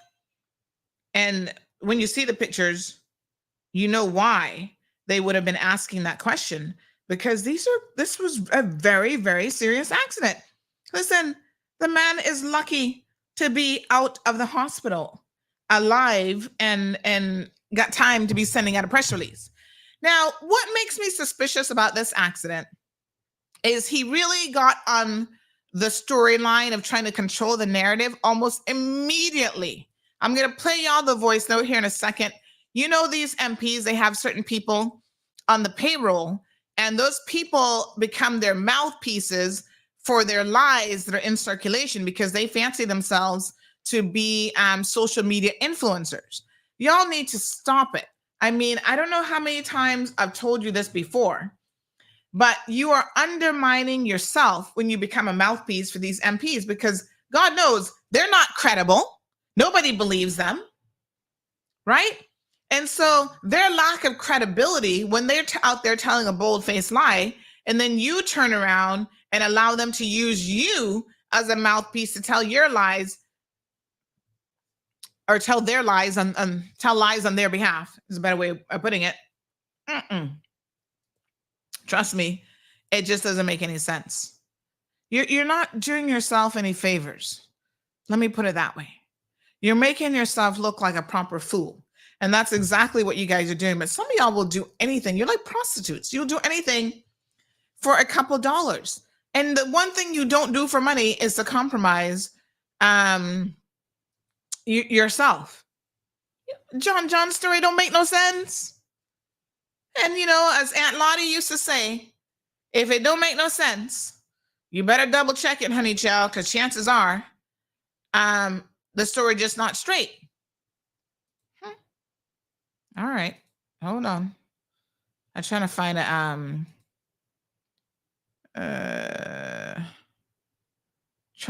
a picture there of this one going around telling her lies for John John. Poor her. Y'all are a hot mess. All right, give me a second. So let's look at some of the pictures. So this is a crane that John John says he ran into. And I had people messaging me saying, Sandy, is John John, the man claiming that, oh, no, he couldn't, they're trying to set him up. Somebody was trying to kill him, this, that, and the next story. And so I thought it was really strange, actually, when I was getting these messages and people trying to convince me that this vehicle was purposely moved in the middle of the road in order to kill John John. I was like, first of all, y'all need to come again, because who on earth would be motivated to kill this man? What are y'all talking about? That don't make no sense. Who the heck is John John? This little man from Bodden Town, he thinks that somebody wants to kill him? Why? Why would somebody want to do that? Like I said, unless he's up to some kind of shenanigans that we don't know anything about, it's very unusual that someone is in the middle of the night, early hours of the night, going to put a crane in the middle of the road just to kill John John. I mean, give me a break. I don't understand, y'all. This doesn't make any sense. It's just the most unusual thing that I've ever heard of. As far as conspiracy theories goes, this really must take the cake. Seriously. Anyway, that's what he wants y'all to believe. And so we are going to hear one of the messages that went out almost immediately after the accident. Again, trying to create this narrative. John LaRue, good morning, John. John asked a very important question. Says, was he impaired? I bet they swept that under the rug. John, it is the number one question in everybody's mouth. Was this man impaired? Well, I have a theory, because there's only two things that really makes any logical sense. He was either impaired or the man is actually blind. So there's a possibility that he is visually impaired. Follow the logic now, because we're going to actually listen to what he has sent out, put up a little statement about what happened to him, yada, yada, yada, blah, blah, blah. And I'm thinking, this man he's crazy. I'm trying to find the voice note. Hold on.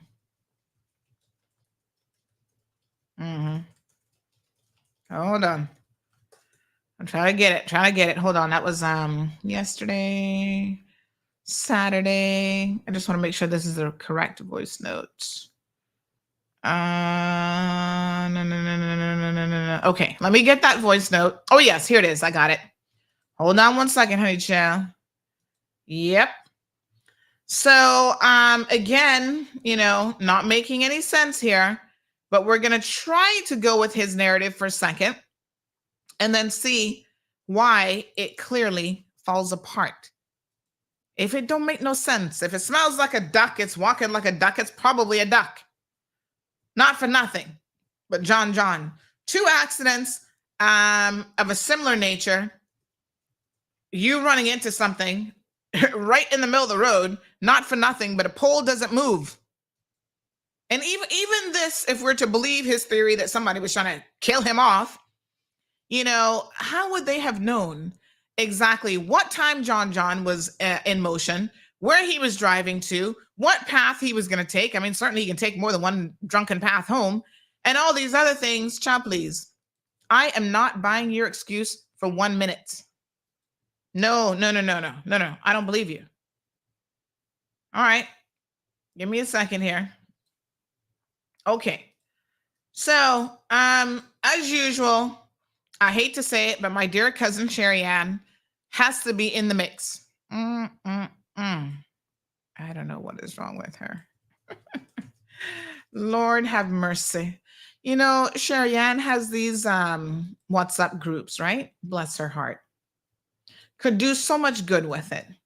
But what she has decided to do instead is to pimp herself out to the highest bidder. And unfortunately, I mean, the bidding can't be that high. This is where you're pimping yourself out for little or nothing, I must tell you. Because apparently, you know, they give her a couple of dollars here and there, and she becomes their mouthpieces. And, you know, this is the message that was sent out. Let me give you a relative timestamp on this. First thing on Saturday morning, as news began to break that this was actually a minister, a government minister that was involved in this accident. So here's her defending it. Listen carefully now, because you're going to pick some sense from nonsense. Well, you see what happened? People be parking these junks that break down on the side of the road, and it's causing accidents. People have to be very vigilant in the night when they're driving, and the government needs to request when these things break down, they leave a blinking light in the front of these things. It almost caused my MP to get himself hurt really bad, and he's a very good gentleman. They need to pass this law now. If you got a braking vehicle or a braking document or a braking whatever in the road, you need to leave it light up around it with cones. Excuse me, was Sherry Ann drunk when she recorded that? I mean, I know it was Saturday morning, but let's listen to her again. First of all, what do you mean you're MP? Don't you live Prospect? How does a Bordentown MP become your MP? No, sir? And documents? Well, let's listen to what nonsense this woman talking again, please. Cue that up again, Sandy. Morning, y'all. You see what happened? People be parking these junks that break down on the side of the road, and it's causing accidents. People have to be very vigilant in the night when they're driving, and the government needs to request when these things break down, they leave a blinking light in the front of these things. It almost caused my MP to get himself hurt really bad, and he's a very good gentleman. They need to pass this law now. If you got a braking vehicle or a braking document or a braking whatever in the road, you need to leave it light up around it with cones. Oh my God, a braking document? So this is the voice note that she sent out in defense of John John. Now, I can understand why she's not getting paid much and why, you know, it's like cheap, because that was supposed to convince people. He's such a nice guy. What is being a nice guy? Even if that were true, which we could show lots of evidence to the contrary, but even if that was true, that he's a nice guy, nice people drink and drive.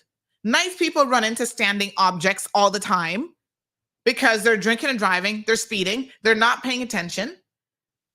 So the solution is to put a light on it? Honey child, tell me something. If he can't see this, I could see this without my glasses on at night. If the man can't see this in the flipping road, how the hell he gonna see it if he put a light on it? No, sir. Make it make sense now. Sir, are you blind? Does he wear glasses? I'm trying to remember. Does he wear glasses? But come on now. Sherry Ann, stop allowing these fools to use you. I don't care if you like John John. I don't care if he's giving you money. I don't care if Chris Saunders is giving you money. Stop talking foolishness, because all you do is make yourself look stupid. Good morning, caller. Hold on. I don't know why my thing keeps going in and out of the board today. I might have to restart this phone. Yes, sir. Morning, Mom. Welcome Morning. back. It is good to hear your voice again, and it is obvious that you have not missed a beat. You are back in full flow, doing what you do. We missed you. I can say that, and at the risk of disrupting my supply of brownies with dry up brownies with walnuts and all the rest of it, I just want to make this one point. Mm-hmm. First of all, the minister and I, we're not brethrens, we're not BFFs. We're not bosom buddies. We don't drink. We don't hang out. None of those things. So I'm not calling in defense of anything or anybody. But I will say this, Auntie Sandy, the way that car was mangled, that man could have died. There is something there where if anybody coming around a corner finds a piece of heavy equipment or the boom of that in the middle of the road, you have to use your agility and quick reflexes to avoid it. Coming around which corner?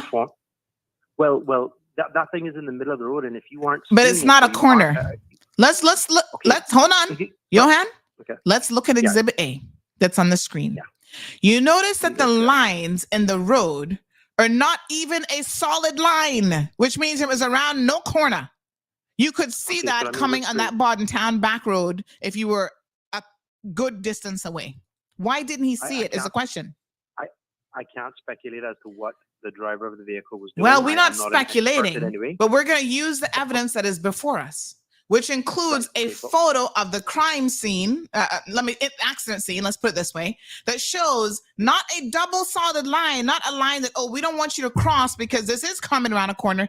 This is not coming around no corner. How do you not see a big blippity blip crane in the middle of the road? What if that was a child or somebody else in the middle of the road? He wouldn't have seen them either?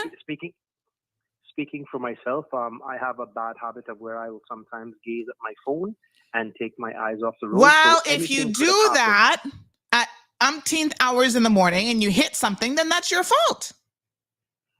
But my point that I was making is the man is fortunate to be alive. The man has yes, he is. That car is mangled. And we listen, and that's a government car. We're glad that he's alive. Nobody don't want nothing, despite his conspiracy theories. No one does not want anything to happen to John, and he is perfectly fine. Okay? Now ask yourself the following questions.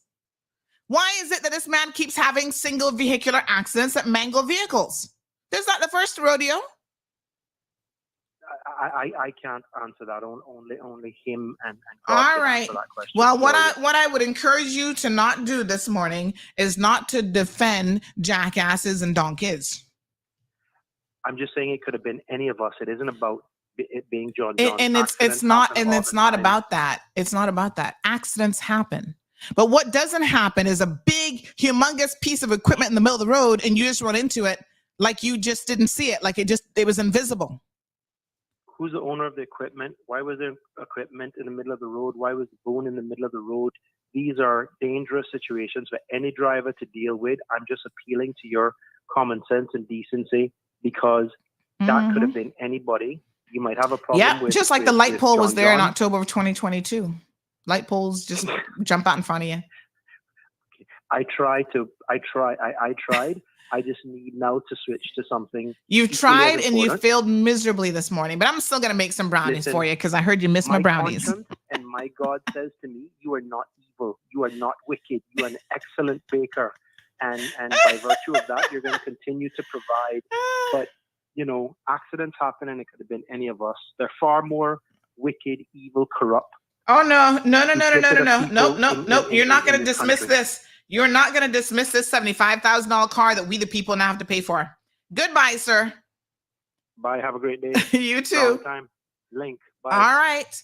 So listen, no one is wishing anything horrible. Dacia says she totally agrees with Johan. Well, you would be one of the few people because nobody ain't got nothing to say about, we're wishing bad on John. Nobody don't wish nothing on this man.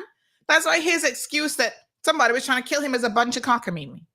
But what you don't do is excuse a man's repeated behavior. Now it's becoming a pattern, right, of behavior in the name of, he's a human being and things happen and oh gosh, we're so sorry. And oh my goodness, John, poor John.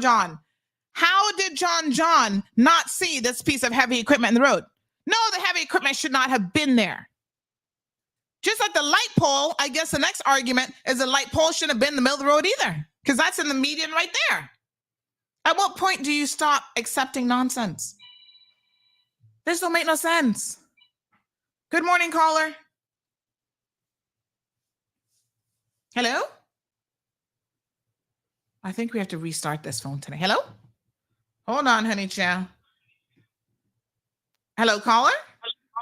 Yeah, hello? Yes, hi. I think I need to restart the phone. Morning. Dear. I want to get into John thing Yes. you know? Yeah. Okay. First of all, kudos go to him. Could have cost his life and all that, right? Mm-hmm. And we all don't want nobody to die here, but no, definitely at the same time, from you get behind any vehicle, mm-hmm. you're supposed to be aware of your surroundings. Definitely. I don't care if it's 1 o'clock in the day or 1 o'clock in the morning. Yep. Because as you rightfully said, that could have been a child out there or anybody walking across the street that time of night. And if he had run them over with that car, they would be dead. Yeah, exactly. And to answer Johan's question, why the machine was out there, apparently some boys or some young men or somebody stole the machine and they drove it out there and left it out there recklessly. Yep. Yeah. So that is what happened. It's not the owner of the machine who left the machine out there. The machine was doing works in the area and some idle hands got into the machine and drove it out there and left it there in the road. But that hammer, that's a hammer machine on that excavator. And that hammer, 6 people couldn't lift it up. That's how big it is. Mm-hmm, mm-hmm. It's a very big thing. And I saw it, and it's right by the light pole. So the light was hitting it. So I don't see how you're driving and you're on a straight road and you don't see that. So that could have been a child. Listen to me. A person. If so you can drive and not see that, you should not be driving in our roads. Honestly. Let me be very, very clear. If you have that lack of awareness on the roadway, you should not be driving. I believe he was impaired in some kind of manner. That's my belief, but that's my belief. I can't be the judge and prosecutor, but that's my belief because for somebody not to see that of that size on a straight road, not like on a blind corner, and the street lights were on because the light was reflecting off of it, and you don't see that, so you were doing something else. And everybody asked about the Vaseline in the box. We come into that. We're coming to it, honey child. All right, thank you, Sandra. Thank you, my love. Yes, there was a discovery of a big jar of Vaseline in the car. And so this adds an element to the story where you begin to go, Vaseline gate in full swing, I dare say. 9:26, the show's going to be ending here shortly for radio folks. Radio folks, we're going into overtime. Y'all know what that means. This is my first time back since my holiday. Sizzling time here now. 4 more minutes. We'll be into overtime. Join us on Instagram, YouTube, and Facebook. So, no, I'm sorry, Johan, for all the brownies in the world, your story just don't make any sense. There was no corner. In the photo that we see, Exhibit A, which was displayed earlier, is this, okay? I have no doubt that excavator is not supposed to be there. Nobody with common sense put it there. Was it some juveniles, misbehaving? Yes, probably. Trying to drive an excavator. I mean, do these things not have a key where you can turn it off and secure it better than that? But there it is in the middle of the road. It shouldn't have been there. And this still does not explain how you run into it. Listen to me. There are a lot of times you're driving and there are things that are not supposed to be in the road that end up being in the road.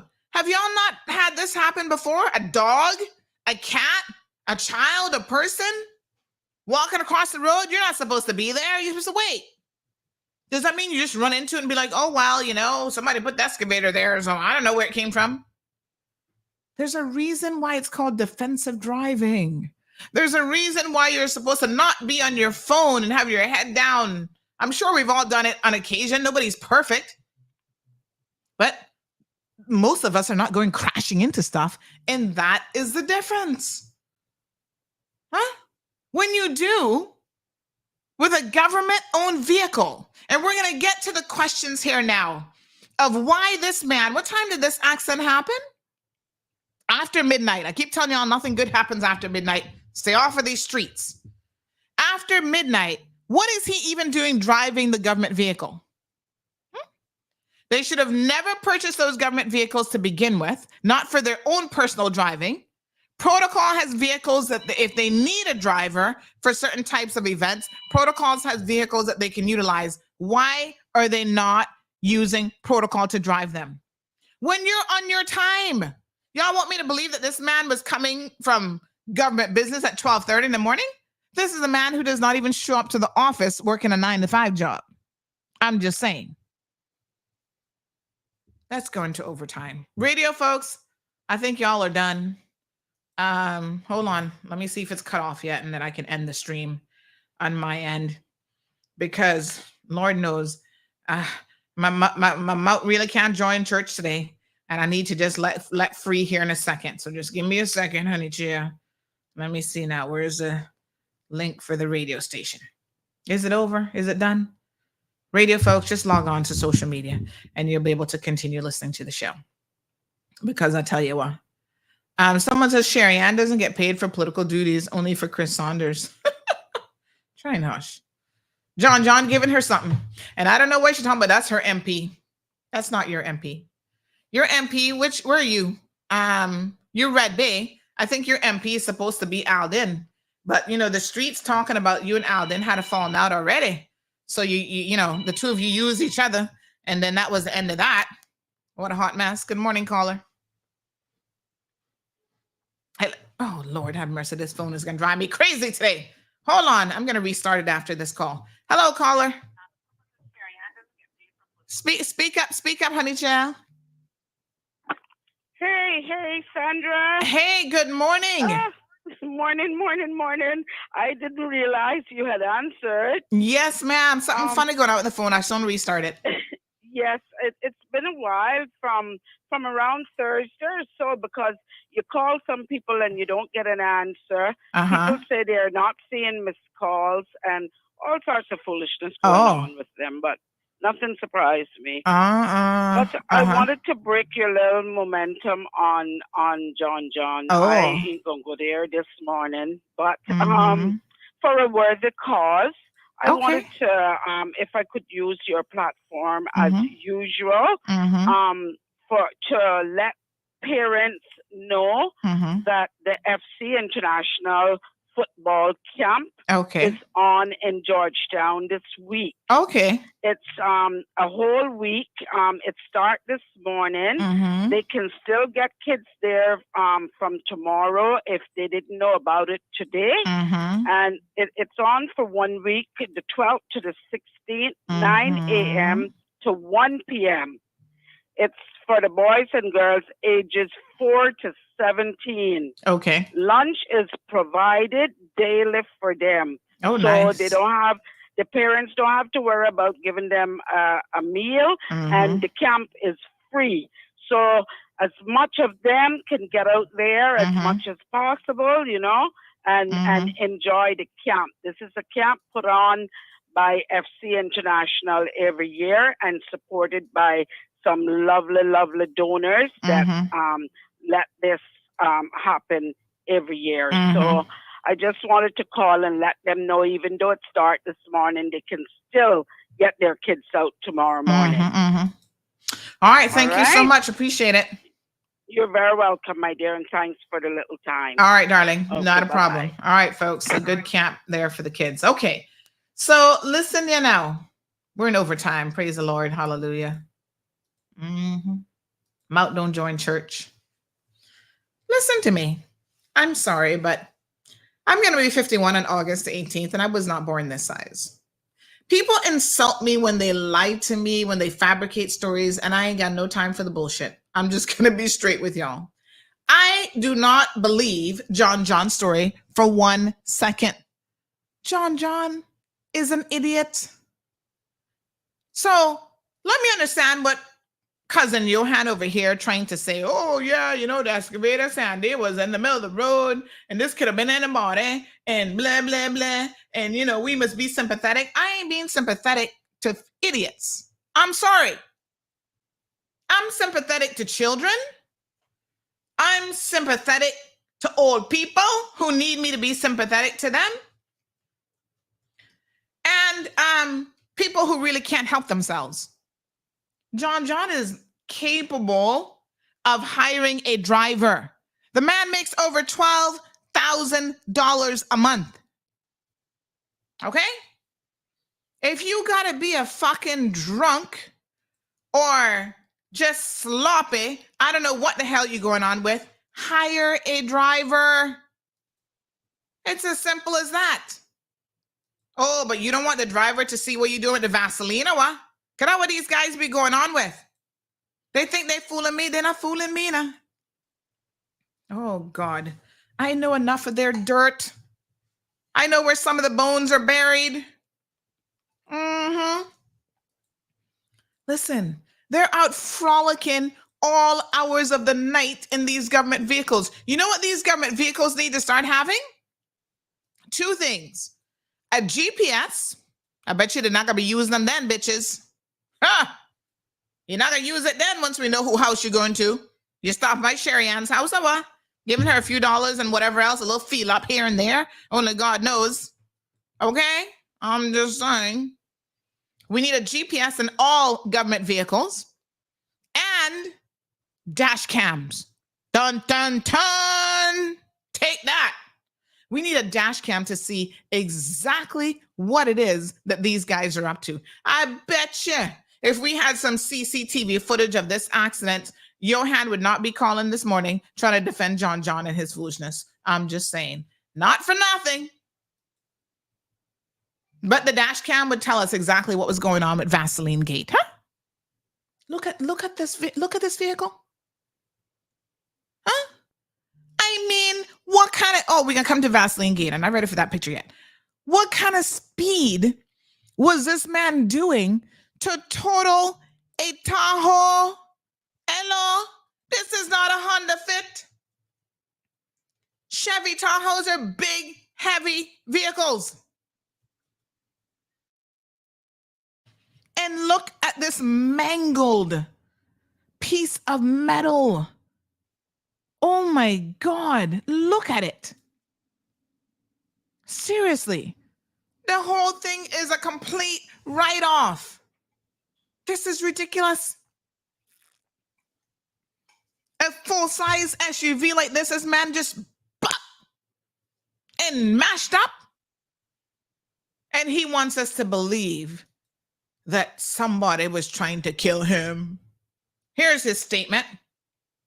Here's the nonsense that he put out there. Hold on. Let me get it for you. Somebody helped him write this foolishness, I guess. Good morning, caller. Hold on, honey child. I forgot to restart this darn phone, but this thing drives me crazy. I soon restart it. Hello, caller. Hello. Hello, honey child. Hi. I'm so glad that you're back because in Cayman, there wasn't any more gossip to talk about, you know. and you gotta stop. You gotta stop giving Mark some of those brownies. Those brownies, because they must have something that when you defend John, they must have something more than just. No, don't blame my brownies on no stupidity. Anyway, I read this yesterday. Julie O'Connor, John Seymour, Alan McLaughlin, and a little boy was crossing the Caribbean Sea going to Jamaica. Oh, man. Mr. Dexter, not a joke. This is not a time for no jokes, either. No, but John was telling everyone how smart he was and all that he had accomplished when all the engines failed in the plane. But there were 3 parachutes on board. John grabbed the first parachute and jumped out and said, I am one of the most important person in the government. Alden took another parachute and said, Cayman needs me as leader again, and jumped out. Juju then said to the boy, I'm a Christian woman and I may not be around much longer. So you take the last parachute. The boy replied, Miss Julie, John isn't as smart as he thought he was. There was 3 parachutes and now there's 2 left. John jumped, took my backpack and jumped out of the plane.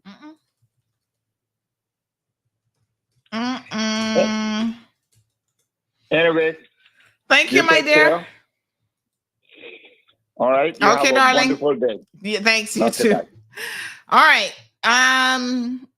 So listen, this is quite a shocking situation, but I want you guys to remember the facts here, right? About this vehicle, these vehicles. Remember when we found out that they were purchased?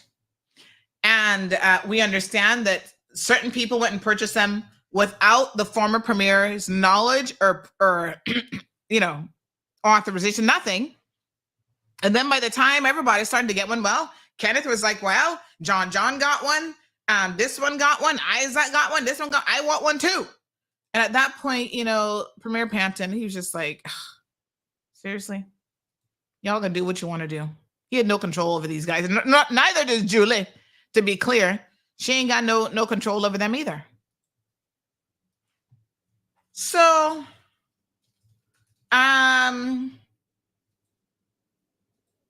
these vehicles need to have tracking devices, GPS, and I'm going to show y'all how you can kill two birds with one stone, really. And in addition to that, they also need to have dash cams installed. So at all times, we should know where these vehicles are and what it is that they're doing. This is not a private vehicle for this minister or any government minister to be using. And I'm going to go as far as saying, if you're not on an excursion or a trip for government business, you should not be putting wear and tear on these government vehicles and destroying them like this. Why was he driving a government vehicle at 12:30 in the morning? He should not be having this vehicle parked in his car at his house. What happens if somebody vandalizes a government vehicle? There's too much risk, and somebody needs to put a stop to it. And Auntie Julie, you want to clear that you want to claim that you're standing for the right thing. You need to have your ministers stop driving these government vehicles when it's not government business that they're on. Now, his office put out, Boddentown East office put out this message. Many of you have heard that our beloved minister and MP was involved in an accident late Wednesday night involving a piece of heavy equipment that was deliberately tampered with. Hear him and his stupidity. And indiscriminately placed in the middle of the road just as he approached the area near his home.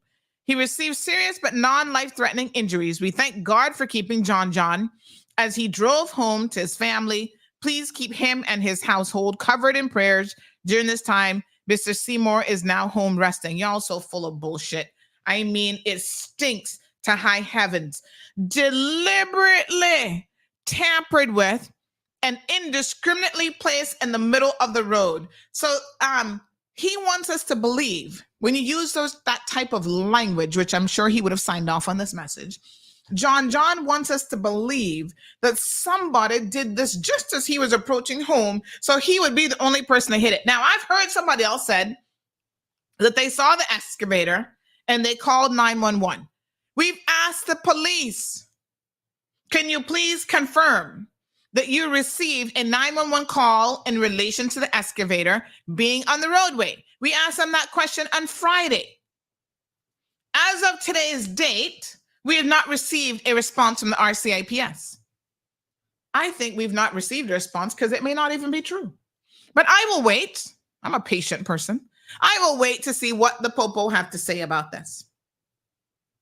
Now it's a big conspiracy theory. Somebody, again, look at the wording here. Tampered with it. Listen, if it's a bunch of idle children who have nothing else to do, and they want to drive a excavator around because it hasn't been properly secured, that isn't tampering with it, That's just children being, unfortunately, teenagers and children and being idle. That's why you must lock up your excavator and your heavy equipment properly. So somebody who doesn't know what they're doing doesn't go messing with it. Probably curiosity got the best of these kids. They ain't got nothing else to do. That's not tampering with a piece of equipment. There's a difference. When you purposely use words like tampering and that somebody deliberately, deliberately tampered with it and indiscriminately placed it in the middle of the road just as he approached, That is a bunch of bullshit. Nobody did it just as he approached. That was already there. And in fact, if it is true that another person saw it and called 911 in advance of this is why we need to find out if that's true. If that is the case, that means nobody didn't put it there just as he was approaching. Why are y'all lying? What I also want to know from the RCIPS is when he went to the hospital, did they take blood for the purposes of a DUI test? I'm just saying. We need to know his blood alcohol level. Mm-hmm. At 12:30, where exactly was he coming from? You see, if we had that dash cam and that GPS, we would know. Remember now, this is the same minister. Well, whether he was breathalyzed or blood sample test, we need to know those facts. This is the same minister, if you remember some years ago, who was seen on his birthday going into Cotton Club, because y'all sends me everything. Check my WhatsApp. Yes, honey child, I'm coming. The same minister who walked into Cotton Club and was leaving with one Spanish woman and offered her, I think it was $75 or $100 for a blowjob. This is the same man. This man don't have no scruples. He nasty.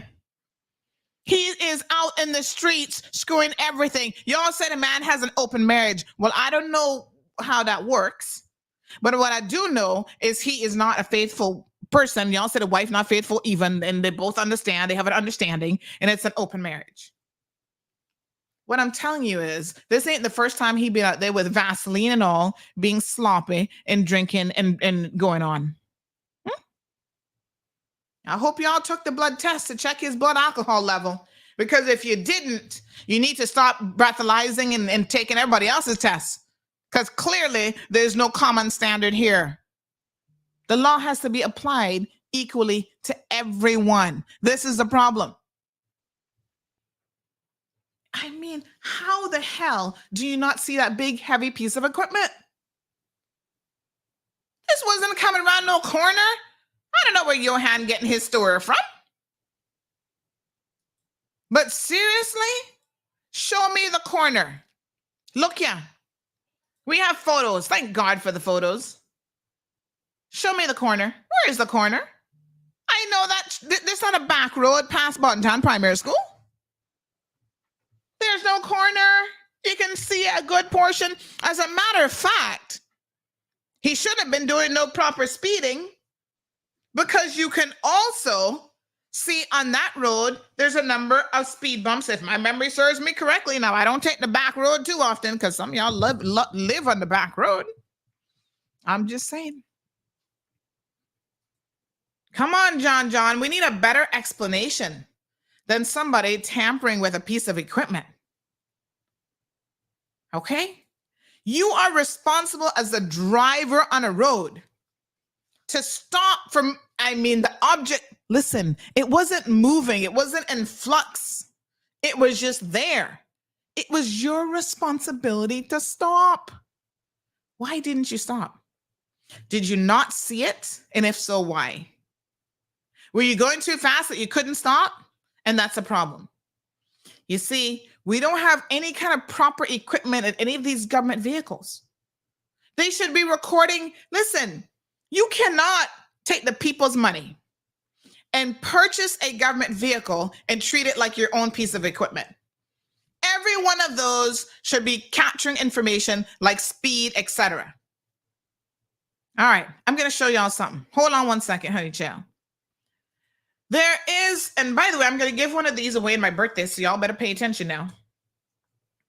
Pay attention. There is, I have one on all of my vehicles. I'm going to recommend all of you get one. There's a dash cam that gives you all of this amazing information. It has 3 cameras, front, interior, and exterior. I've talked about this dash cam time and time again. Okay? It even has a GPS built in to the dash cam. So anytime an incident happens, it's like recording your exact location. Yeah, boy. Y'all wouldn't be able to get away with nothing if I was in charge of those vehicles. See it here? Go and order it. Get the N4 Pro because that has highest quality, and then recording 24/7. It even records when you're not in the vehicle. So don't be coming up and touching my car because it's recording you the whole time. This is what you need. Infrared night vision. So although John Jordan claimed that he's blind and he can't see, I can assure you the dash cam can see for you, and it will tell you exactly what happens. Okay, so now they're claiming, oh, Sandy, this is a privacy thing. You know, this is going to be recording me in the interior of my car. That's not right. You can actually turn off the audio on the interior so that it does not record the interior.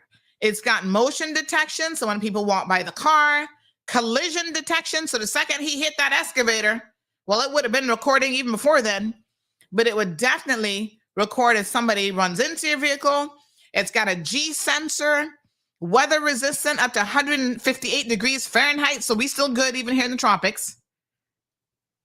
And then, yes, the GPS locator, which tracks your route, location, and speed of the 3 channels simultaneously. I'm just saying, this is the sort of thing that you want to ensure that all ministers have. Install one on your vehicle, okay? Yeah. Don't mess around, folks. It's a government vehicle. At the end of the day, y'all need to do better. Y'all have got to do better. It's absolutely ridiculous that an $80,000 car has been written off, and we don't even know the true circumstances. All right. Second wife, like the first wife, took his second house. Second wife, like first wife, took his second house.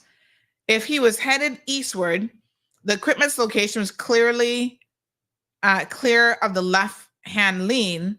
That car could have easily driven underneath. Second wife, like his first wife, took his second home. So they're I don't think they're separated yet. I see his mother-in-law still defending him. She need to try and hush, because while she's defending him, people are all up in their business saying, hold on a second, honey child, weren't y'all allowing this man to come visit his now wife when she was still a teenager and underage? I said, oh, Jesus Christ. I said, Lord, have mercy. Don't tell me these things, because y'all know how I feel about these pedophiles. And it's certainly no excuse just because you're a government minister.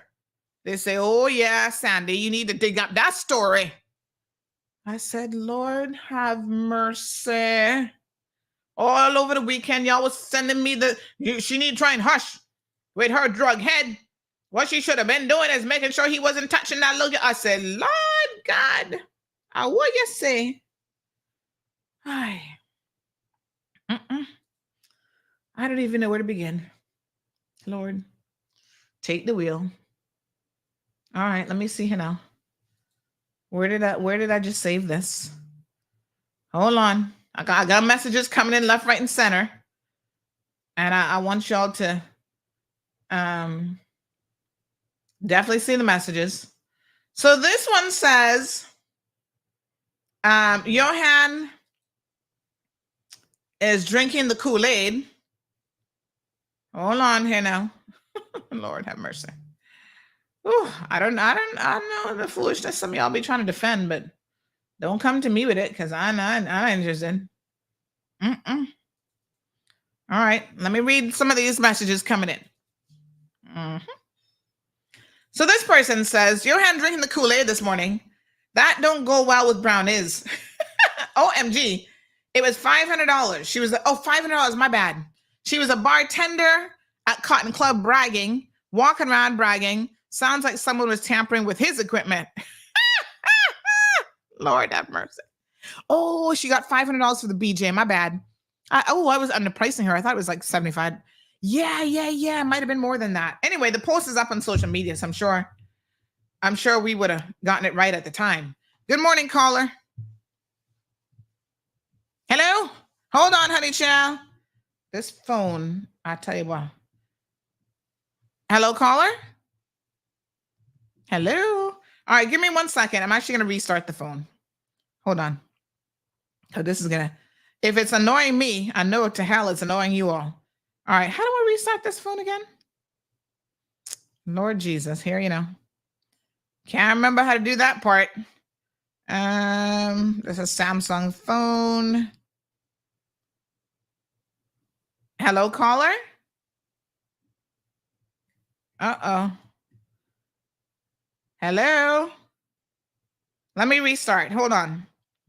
Oh, Lord, help me out here. Remind me of how do I restart a Samsung phone again? Let me go into settings, it has a software update, you know. All right, let's go ahead and download it and then just restart it. Yes. All right, give me a couple minutes on the phone calls. All right, so this person just reminded me it was actually a $500 blowjob. That must have been a special one. Wow. Y'all wasting all kind of money. This person says, good morning, Sandy. Welcome back. But I was told that no one was at the airport to meet Jordan, and people saying what a shame that was not to greet him. That message that came out about John, it seems like he's saying that someone put it in his way. He must be on that donkey agenda again, honey child. He must think that the people of Cayman are so damn fool and would believe him. Does he think that machine dropped out of the sky? Damn donkey. They put a little donkey right there. Look at the donkey behind you. He was drunk as a skunk, the person goes on to say. Well, her mother and him is the same age and from the same year group, honey child. That wife could be his own child because of the age difference. Yes, sir. Yeah.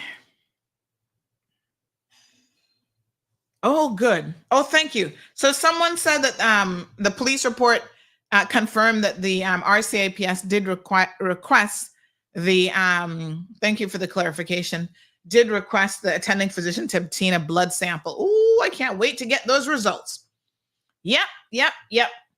So this person now says,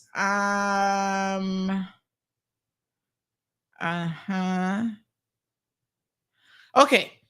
So they said that the police were there 2 nights before the accident happened because some kids had started the excavator and moved it onto the road. It is impossible for an excavator to move or swing on its own. So someone started it and swung it into the road. The same kids that the police went at the first night are suspected of moving it. Okay. Like I said, that's entirely plausible. It sounds like the kids swung the excavator onto the road, hitting the car. It is my understanding, I doubt that the excavator was still running when the police arrived on the scene. The excavator was definitely not parked in the road like that. It was definitely put there by someone. And then they said, nope, from what I hear, no blood or breath test was done. I find that hard to believe. Oh, good eye. Oh, yes, we're going to have, thank you so much for that. Now, oh yeah, look, this person has shared the following. Thank you. My students, y'all awake this morning. That's why you got to take a little break sometime because y'all come out nice and fresh. Somebody said, look ya, auntie, there's a camera right by the light pole. See his skid marks still in the road? Lord Jesus. They say, see the camera right there? Was the camera working? Ooh, honey child, if the camera was working, it should have caught exactly what happened and there would be no room for speculation. RCIPS, please go get the footage. Don't bumble up this case now. And then wait a month later, oh, it got written over already. We don't have access to it. You go get that footage right now. Thank you to our astute students for paying attention. Good job. Y'all getting advanced You're getting advanced to what do you call it now? Chief inspector jobs. Y'all get little promotions. They all need to do us a huge favor and stay home and rest. You can't make this shit up. You really can't, says this one person. Lord have mercy. Another person says, does his wife know how to drive heavy equipment?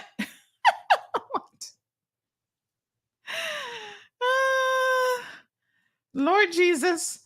Are we saying that the wife is trying to kill him? Get the insurance money? What the heck? Okay. Hold on. Let's continue reading this one because this one's kind of funny. Hold on. Let me pin this. Pin to quick access. Yes. This one got me chuckling. All right. So this listener says, was a wife, does his wife know how to drive heavy equipment? An assassination attempt put Trump ahead in the polls instantly, or he mashed up his government car and then staged this BS story. Skid marks stopped short too.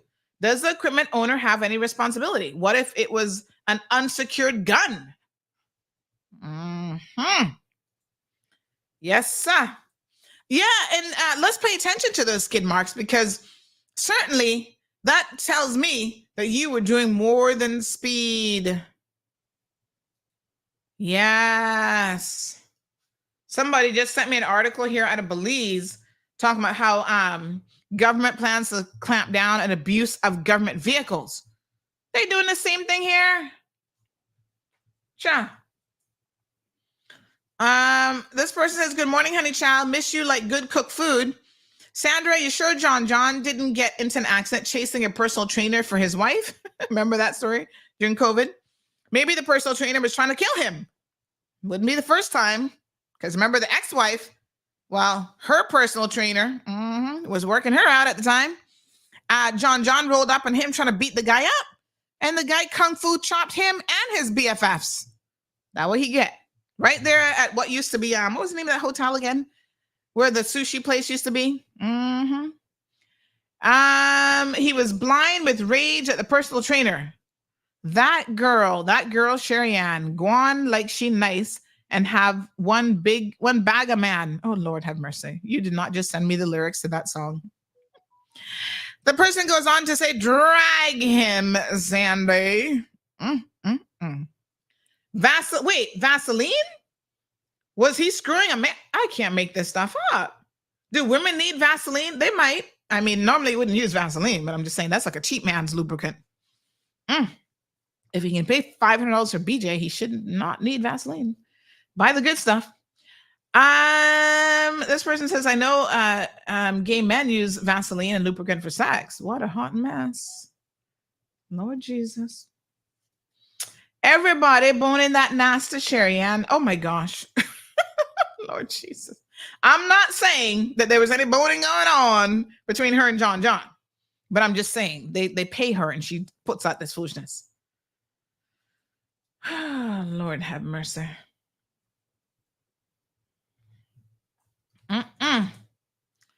All right, let me see here now. All right, the phone has restarted. Somebody said try airplane mode. All right, I restarted it. Let me see. Sherry Ann doesn't get paid for political duties, only from Chris Saunders. This is where the corner is, beyond the police car, where the teal wall is. Notice where the unbroken line in the center of the road. Yeah. There's no corner. I don't know what Johan was talking about, but there's no corner there.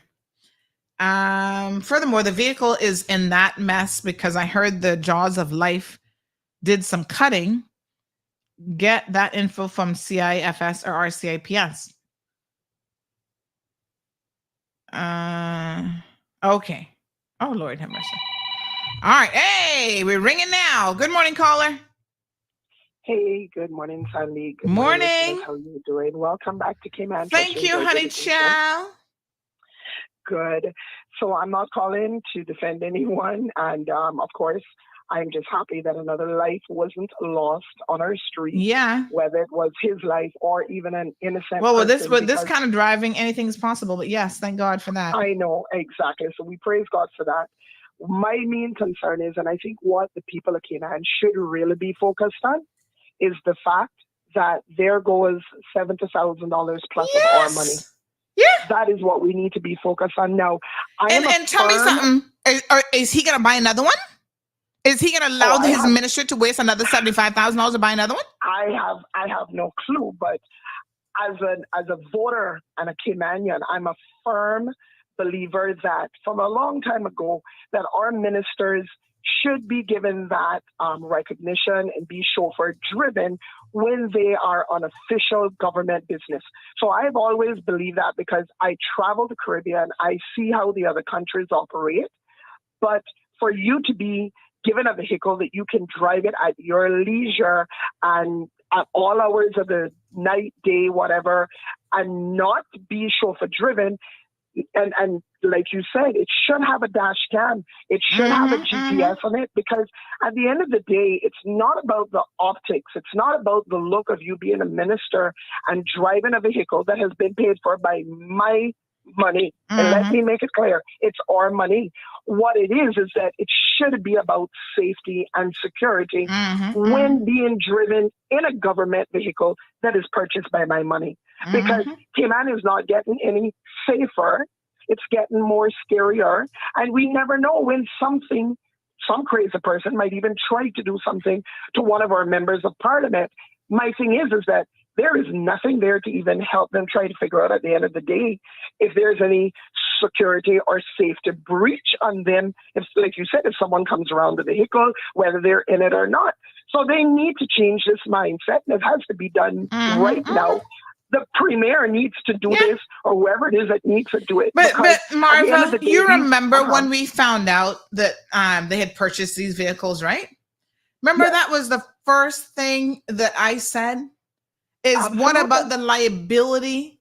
What if one of them crashes and has an accident? Who's going to pay for that? I said it, and here we are a few months later having to deal with the exact same thing.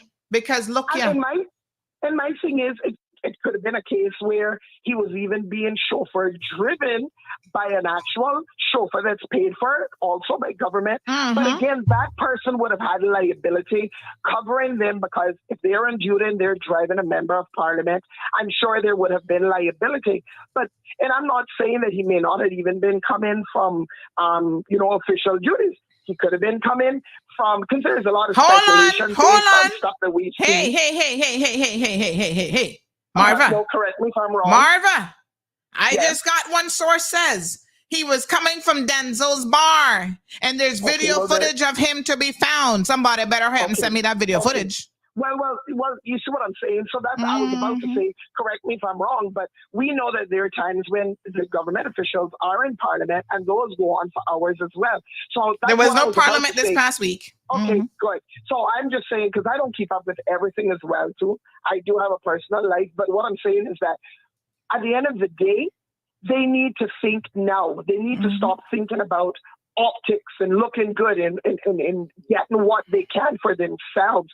They need to think, because at the end of the day, it's our money. They need to think about safety and security. That's what they need to think about. And yes, they should be driven by a chauffeur. And I'm talking, when they be driven by a chauffeur, there's a lot of safety and security. And listen, we've not gotten to the point yet where they should get a driver 24/7. I'm sorry, but if it's not official government business, drive your damn self. No. Not 24/7, but when they are on official 12:30 Wednesday night, he was not an official government business. Somebody said, I'm trying to track down the video now. Whoever has the video, please send me the video of him up in Denzel bar that night drinking.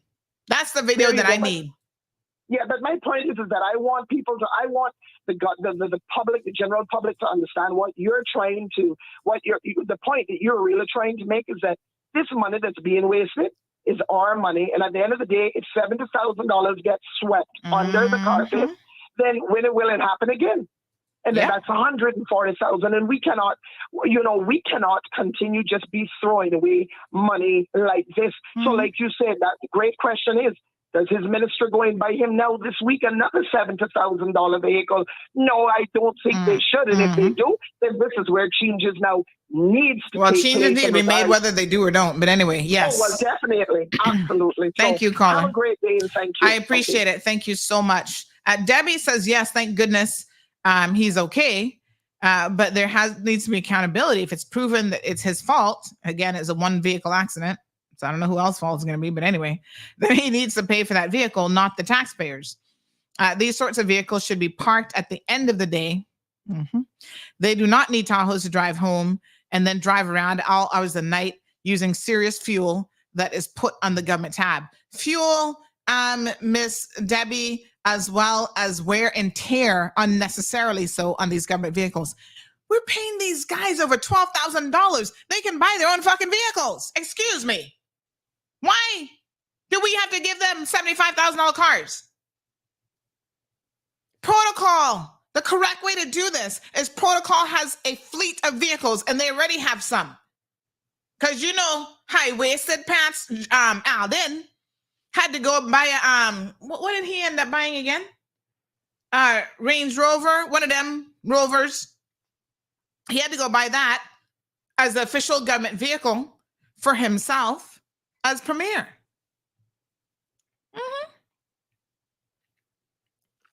And that's what they all want to be driving up and down in. I mean, it is absolutely shocking, right?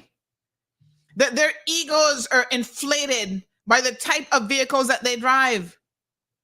Now, not for nothing, and yes, I'm going to pat Mr. Panton on the back, but this man was such a humble man. His driver was always fighting him. Oh, Mr. Panton, I'm supposed to be driving you. He would drive his own personal vehicle once in a while because Protocol insisted, Mr. Panton, you're going to an official event. We cannot have you driving yourself there. And we're not supposed to have you drive your own vehicle. He insisted on driving his own vehicle.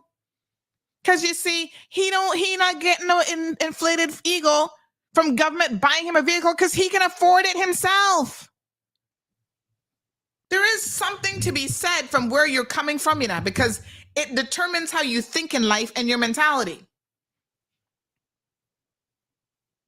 Right? Wayne Panton, a retired partner at Maples and Calder, can afford any vehicle that he wants. So he doesn't have to run out on our dime to inflate his own ego and buy no damn Tahoe. He could write that check any minute of the day. It did nothing for him, but these guys have a big ego problem.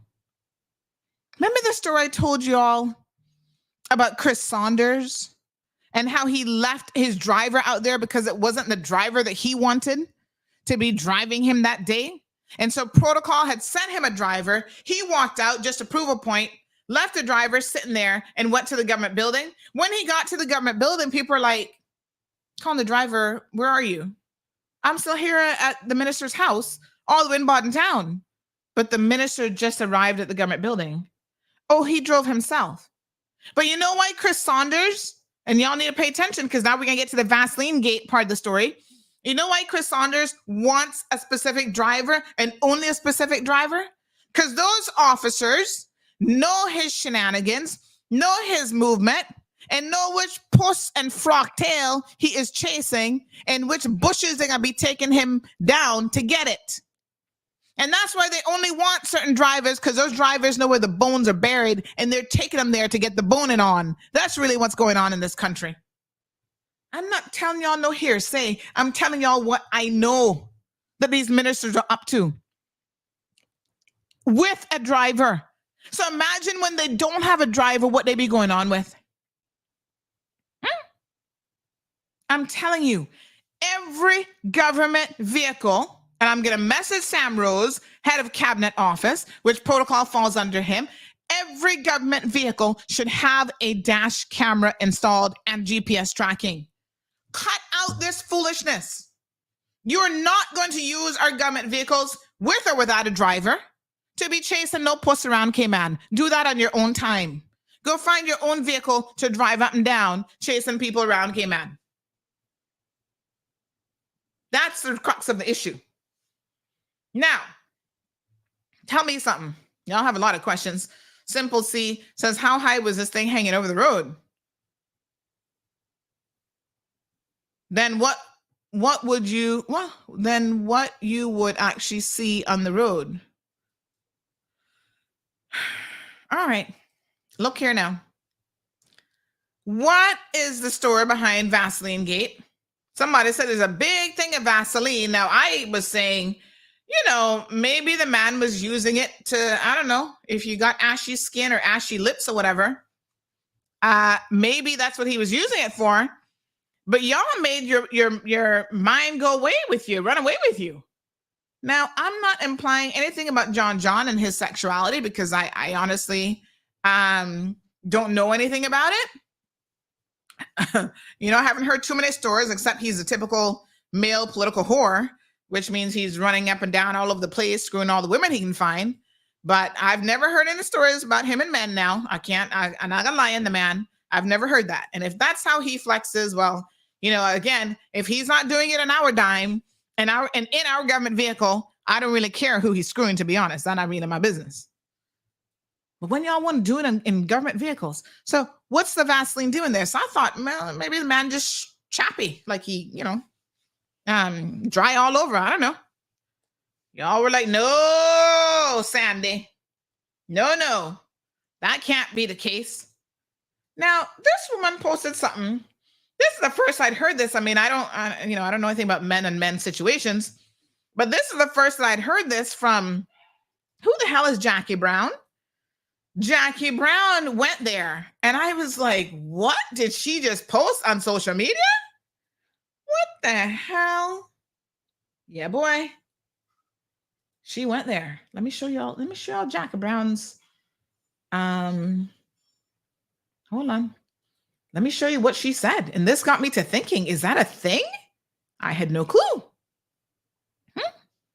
What a heat. This is what Jackie said. Y'all know that Vaseline is not used for rear end penetration only, though. And I was like, whoa.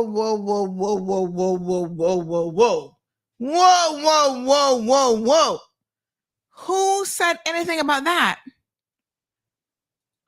Jackie, you need to teach us. I need to go back to sex education 101. Because clearly I'm missing out on a few lessons. That's what when y'all see Vaseline, that is what you all thinking about? That's what it's for? Are you kidding me? Lord have mercy. I know I ain't gone out around the place, but I'm just saying. Wow and wow. John, do we need to have that conversation too? Oh my God. I can't. Is that a thing, Jackie? What were you talking about, girl? When I saw that, I was like, no, sir. Say what? I'm confused.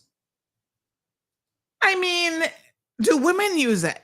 Listen, I'm going to be completely honest with you. I'm going to ask a question. We're all adults here. This is not a child-friendly conversation, so please don't have no children listen to this conversation. Women sometimes need a little bit of help, and there are products on the market that you can purchase, and there's nothing wrong with that. Women go through different cycles, and sometimes you're not as, lubricated as other times, whatever. But, ew, that's what you're doing in a government vehicle. Why isn't the back seat? Why isn't the government vehicle? No, sir. This just gives me the bejeebers to think about what else that man doing up in the government car. Civil servants, y'all need to stop this kind of foolishness. You should not allow this. There has to be a policy. And I'm going to call France Manderson. He's head of the civil service. I want to know, where is the policy? As a matter of fact, France not back in Cayman? Yeah, boy. Let's get France on the phone yet today. We know France loves to answer the phone.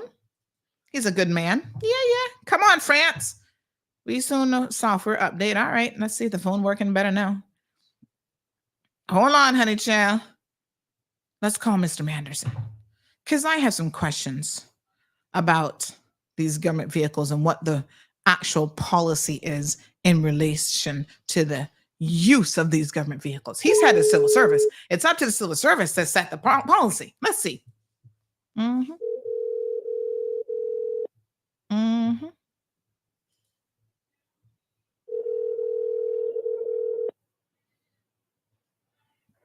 Hello. Mr. Manderson, good morning. Morning. I can count on you answering the phone. I was just telling my listeners, because we're still in a little bit of overtime this morning on the show. I said, boy, one thing I can count on is if Mr. Manderson's not away, he's going to answer the phone. How are you? Good. I'm just getting over COVID, actually. Oh, no. You get catch by COVID again? That's right. Oh, my goodness. Well, I hope you're starting to feel better, because I heard it's quite a doozy. Yes, I am. Thanks for that. Yeah, good. So listen, we're talking about a number of issues in relation to the minister's accident, and we know that that was a government vehicle. So the question that I had for you is there a policy, a written policy in relation to the use of those vehicles? I can't say that it's a written policy, but the government of the day made a decision to provide their ministers with vehicles. Our premier and our deputy premier, I think, have drivers, but the ministers have a vehicle. I believe the vast majority of ministers have taken up that option, and I'm not sure that everyone has. Mm-hmm. But it was done on the basis that ministers work odd hours. Parliament goes on for sometimes till after midnight, and people felt a lot safer driving home in a larger vehicle, something that would protect them if they got in an accident. Which wow. I'm very thankful to say that Mr. Yes, I mean, I guess there's something to be said for that. Is alive today, maybe because he was driving a very heavy duty large vehicle. Do you know what he drove before this vehicle? What was his personal vehicle? Do you know the one that he crashed just a couple of years ago? No, I don't know. Yeah, I think he had an SUV, but I stand to be corrected. So this is the second time he's crashed into a standing object. Now we're not going to get too deep into that, because I know you can't really comment on that. But so there's no written policy. Whenever I hear a civil servant saying there's no written policy, that means there probably isn't no policy. Yeah. So I mean, obviously, the premier's office might have had a policy on this because it's ministers. I would have a policy for civil servants. The ministers would have a policy on their side. I can't say that there's not one. If you're asking me if I've seen it, no, I haven't. But I was certainly aware of the thinking behind it and why it was done. Right. All right. So it's safer to be driving a government vehicle late at night than your own vehicle late at night? I mean, most of these guys, they have trucks and they have SUVs. They can afford them. I mean, they're making $12,000 plus a month. Yeah. So it was. I mean, it wasn't just that it's safer. Is that they are using their private vehicles for government business. So when they go to functions, so now they can use a government vehicle for private business.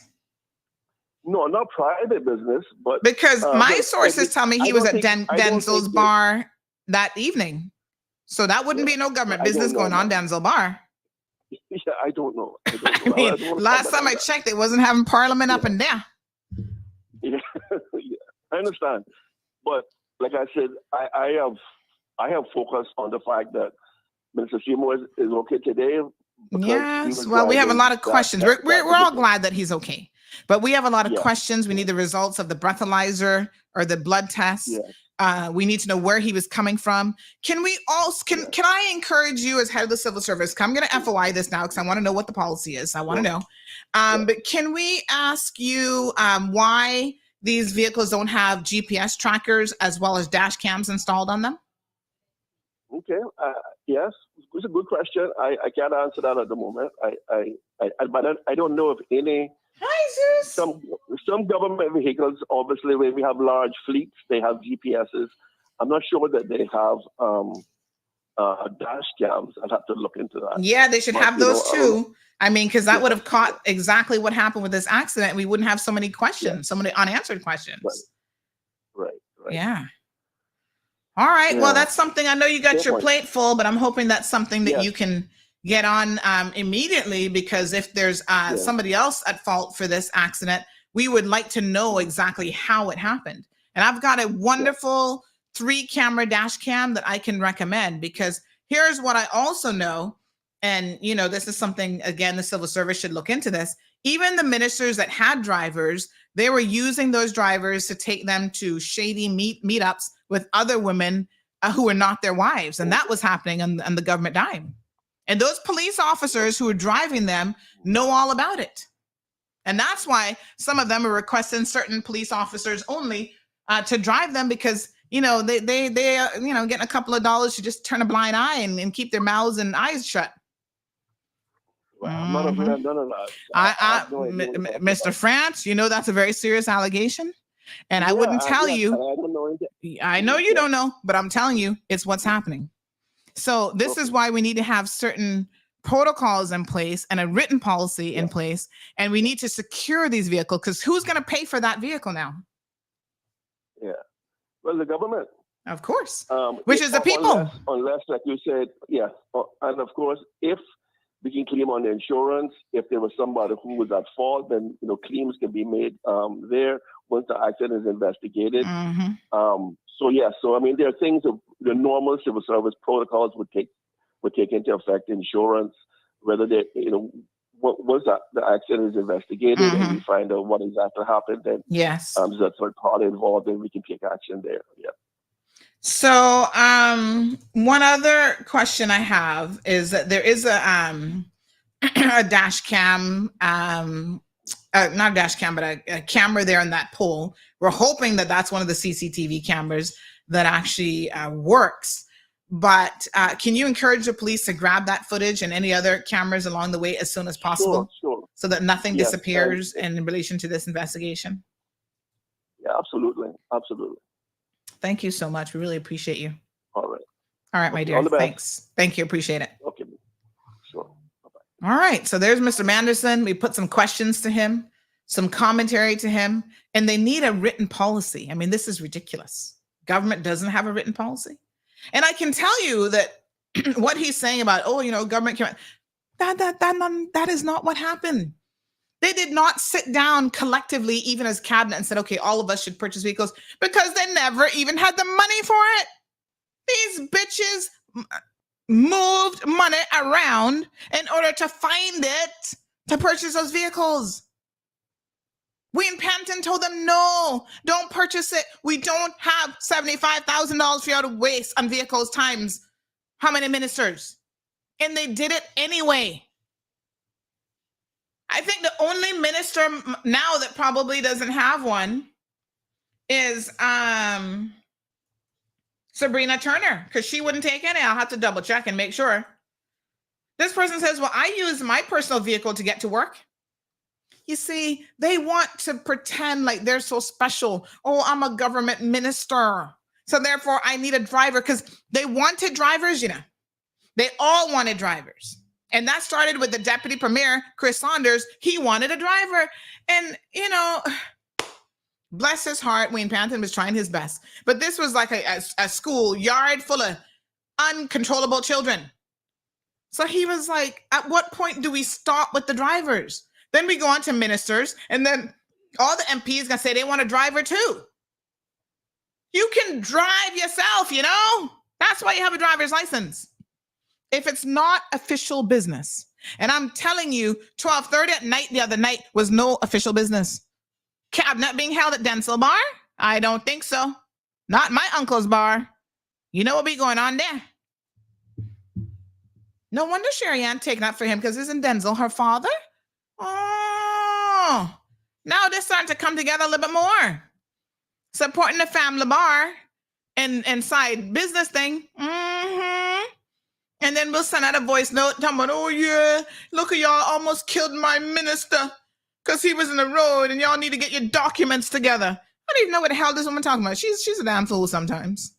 That is my cousin, but she is a damn fool. Can I just tell y'all? Seriously. Let's listen to her voice note again, just in case you missed it. Oh, you see what happened? People be parking these junks that break down on the side of the road and it's causing accidents. People have to be very vigilant in the night when they're driving, and the government needs to request when these things break down, they leave a blinking light in the front of these things. It almost caused my MP to get himself hurt really bad. And he's a very good gentleman. They need to pass this law now. If you got a braking vehicle or a braking document, or a braking whatever in the road, you need to leave it light up around it with cones. What the fuck is she even talking about? So there's no indication that it was broken down. No, sir. Hold on. Let's call the owner of said, well, I don't know that he owns the vehicle. Hold on now. I understand that the vehicle belongs to KP's heavy equipment. Who's Mr. Philip? Which Philip that is? I hope to God it not Philip that crook. I don't think he owns any heavy equipment. Philip Hides and not him, right? But the person who's doing the development. By the way, did y'all see Zeus just walk in here? That's the first time I've seen Zeus in 10 days. Oh, he's just lying down now. Hello, Zeusy. We need to get you to the groomers, honey child. You look kind of rough. Hello, Papa. Hello, look at my little baby. I've not seen you in 10 days. You're such a cutie patootie. Hi. Say hi to everybody. Say, I miss my mama, but I was having so much fun at doggy daycare. I got footage of you humping other dogs. We need to talk. And I could swear one of them was a male dog, too, that you were trying to hump. You're fixed. What the hell are you doing? What the hell are you trying to hump? No, sir. We're going to talk about it. Mm-hmm. All right, let me call this guy. All right, this is Uncle Dean that we calling him now. Yes, tell him, Zeus. Hold on. I can't hear. Turn up the volume. Hold on. Hello, Mr. Dean? Yes. This is Sandra Hill. How are you? Sandra, how are you doing? Not too bad. You're live on radio. We just have a little question for you. Now, this excavator. Sandra?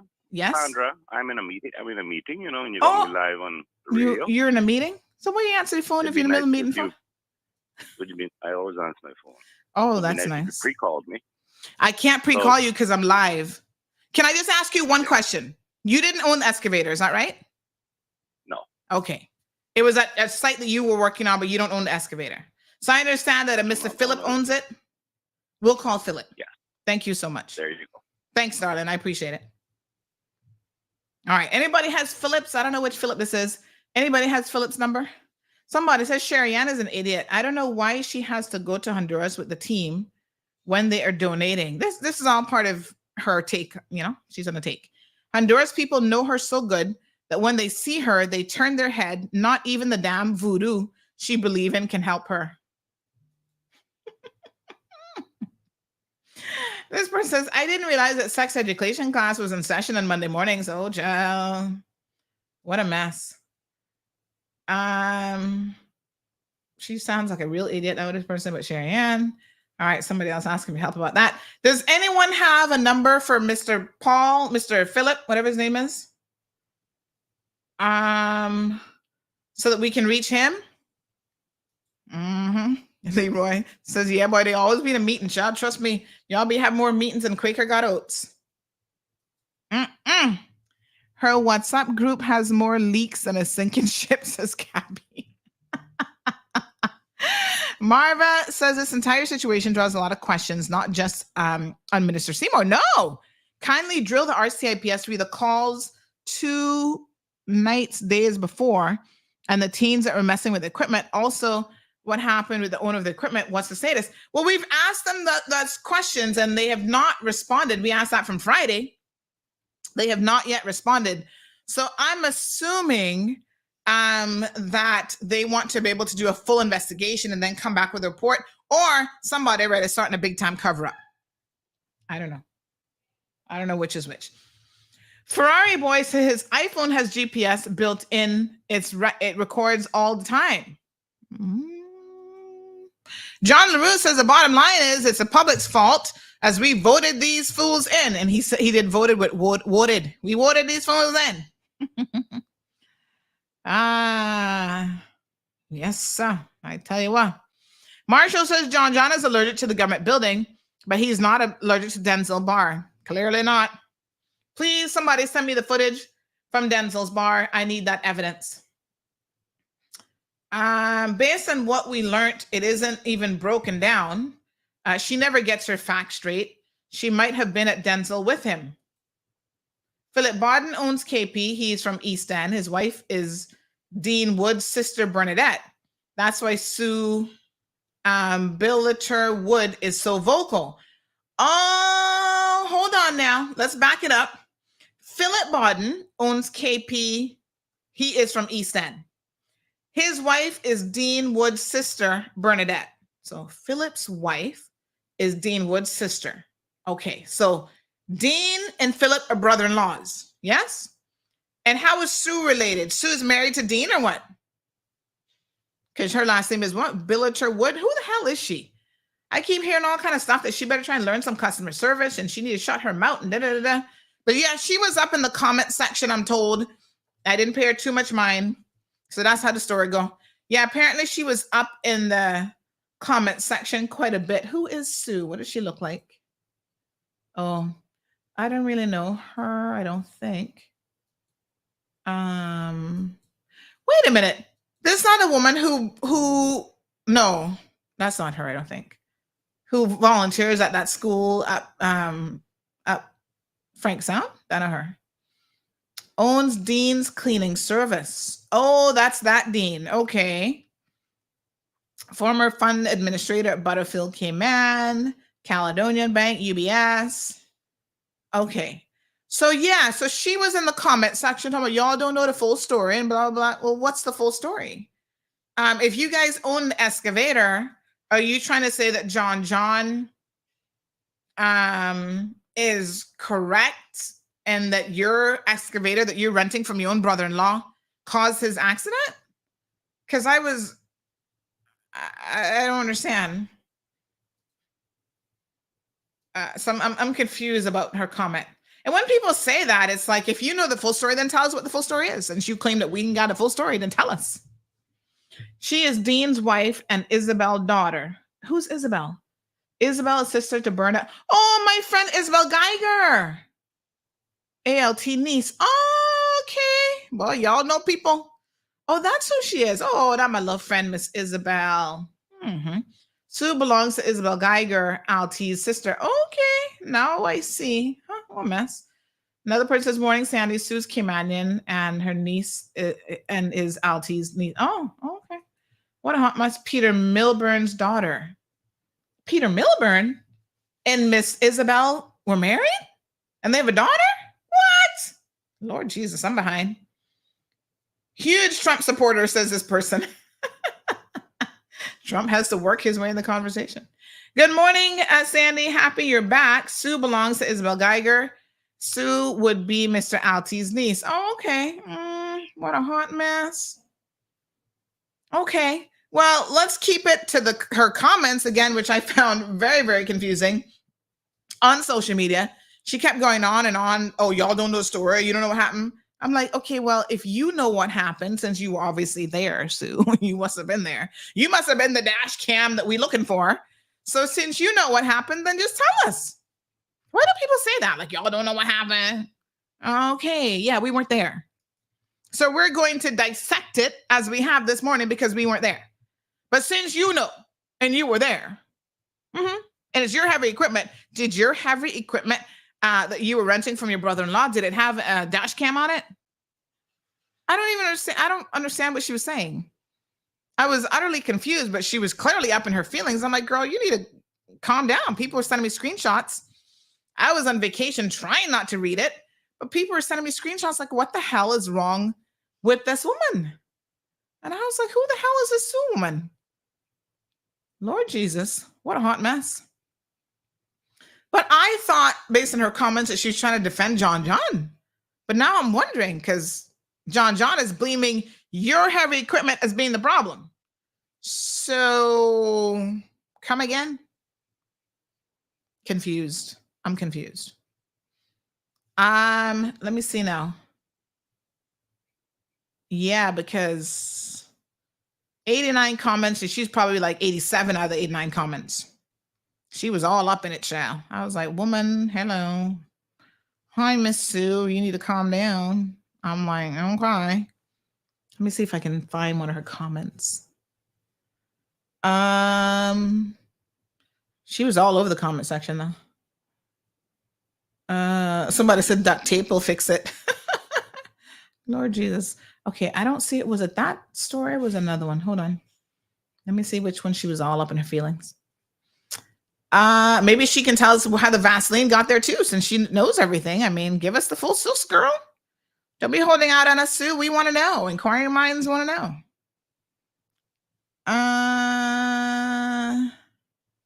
Conroy Beckford. Who the hell's Conroy Beckford? Conroy says, yes, ma'am. Leave the man alone, all you haters, all because he is of dark complexion. You all treating him as if he's not one of our own. Ooh, honey.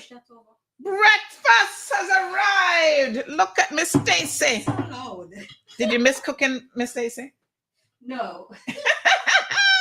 Wee. Look ya. Boy, Miss Stacy. Wait. Oi, look ya. We got breadfruit. We have mackerel. This mackerel, right? I think that's mackerel.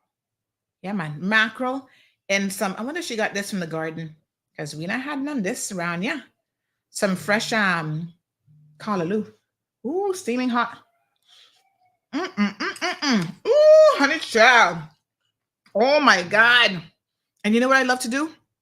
Put a little piece of mackerel on the breadfruit. Now I can't touch the breadfruit because I was just touching the dog. So I'm gonna grab it with this little piece of tissue. I need to go wash my hands. Oh my God, that's so good.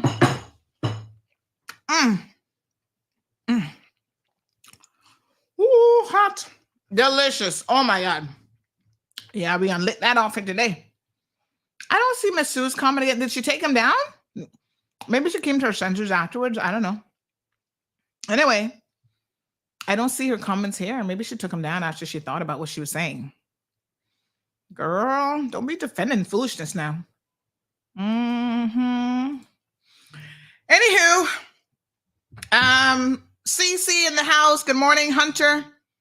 Said should get them a school bus, right? If they can't drive themselves. We can do drop-offs and pickups at all locations.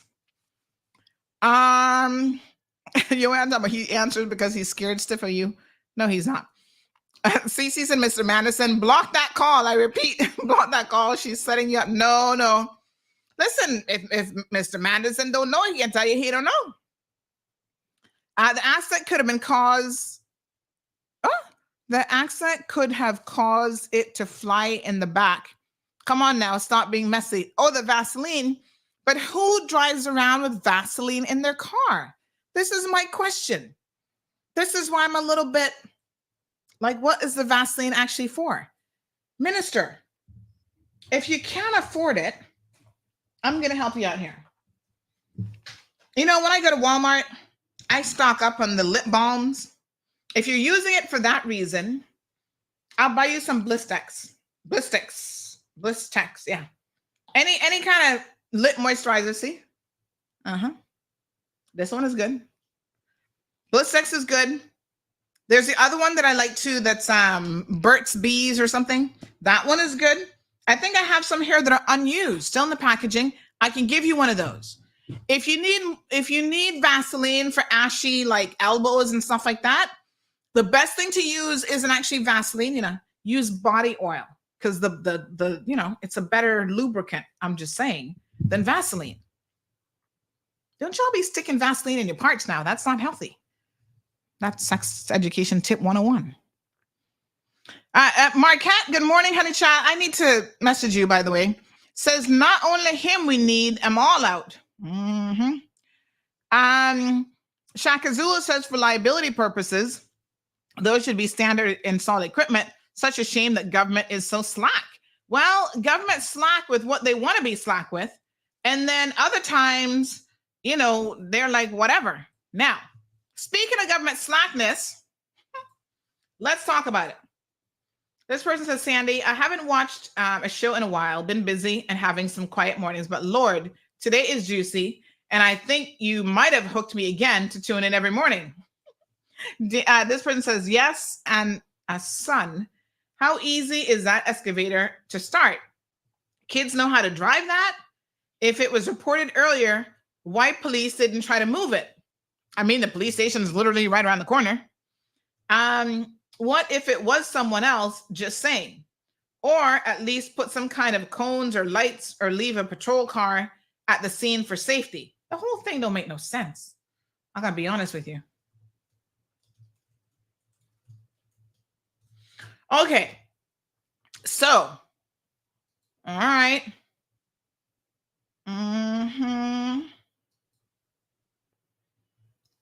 What? A fresh batch is needed? Oh yeah, I gotta make some brownies later on. Was that his cell phone you called or his office? Whose cell phone? Mr. Manderson? Oh, he answers the phone. That's the cell phone. The bottom line is, oh yes, we read that one already. Sorry. Let me see what else we got here. That's brunch, Sandy. I know. Trust me. That's I tell you. Sandy hates on the light skin and dark chocolate brothers equally. It don't make no difference to me what color you are. I mean, a black fool is still a fool. A black donkey is still a donkey. A white fool is still a fool. And white donkey is still a donkey. It don't make no difference to me what you look like. Poor John. He didn't get lucky in any department. He didn't get lucky with the looks, and he didn't get lucky in an intellectual common sense department either. I'm just saying, but that's neither here nor there. Fresh Joe says not only Vaseline, cardboards too. In the picture, let's go back and have a look. Well, what's the cardboard? What would the cardboards be for? I don't know. This whole thing is just so confusing. I'm going to tell you all something. This is part of the puzzle that I'm not going to be able to solve. I'm sorry to say. But when we talk about government slackness, hold on now. I want to show y'all something because government want to talk about they don't got no money. And they always be telling me, oh, Sandy, we don't have any money to do this, do that. And I'm like, So y'all clean, but look at this. They don't have any money, but hold on here now. They're writing people checks that haven't even worked for government. Now listen to me. Let's move away from John and his ridiculousness soon. Candidates, please get your lives together because we need some options around you. That's all I can tell you. Shirley says the cardboard prevents the seat from getting wet. Well, why not use a towel or a cloth or something? Lord, I don't know what kind of amateur rendezvous y'all be getting into, but my Lord, get a hotel room. Go to the Kimpton. God knows you can afford it. At least, if you can afford a $500 blowjob, what the hell are you going cheap on lubricant and stuff like this for? Come on now. Y'all got to do better. All right. Check this out. Government issued a check to Miss Amelia, bless her little heart, being honest. She's like, Sandy, I didn't work. Now imagine if she was a dishonest person. And I'm wondering who else they issued a check to that didn't actually work. Look, yeah. They wrote her a check for $384 for a district pride cleanup in April of 2024. And the woman's like, I didn't take part in any cleanup. So where's the invoice that was attached to this? Care of Public Works Division. Why do they think that Mr. Amelia should be paid money? And Mr. Amelia's like, I didn't work that cleanup. You see what I'm telling y'all? This is government stupidity and government wastage. If y'all want to be giving out money for free, we can find people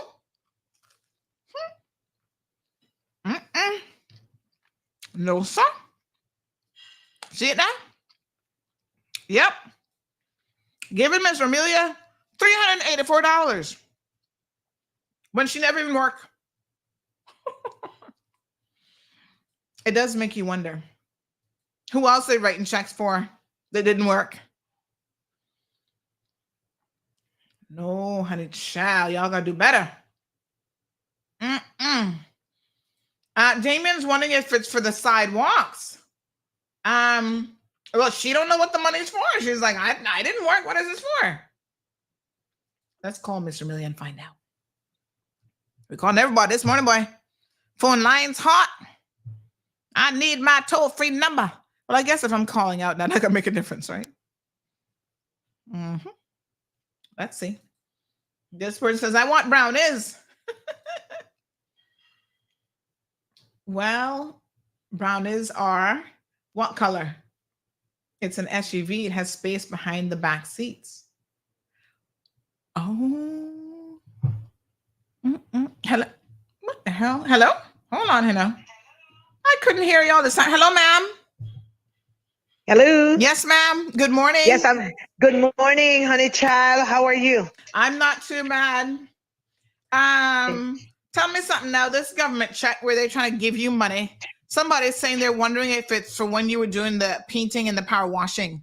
No, ma'am. Apparently, minister requested that I had been on to the nice program in over the Easter, and it never happened. They were supposed to call me. I was on the list to be called, and they were supposed to call me. They didn't call, so this ministry, aka what his name is, Tristan Hydes, decided to be fair to me, to pay me the hours that I would accumulate from the day that they approved me to start to work.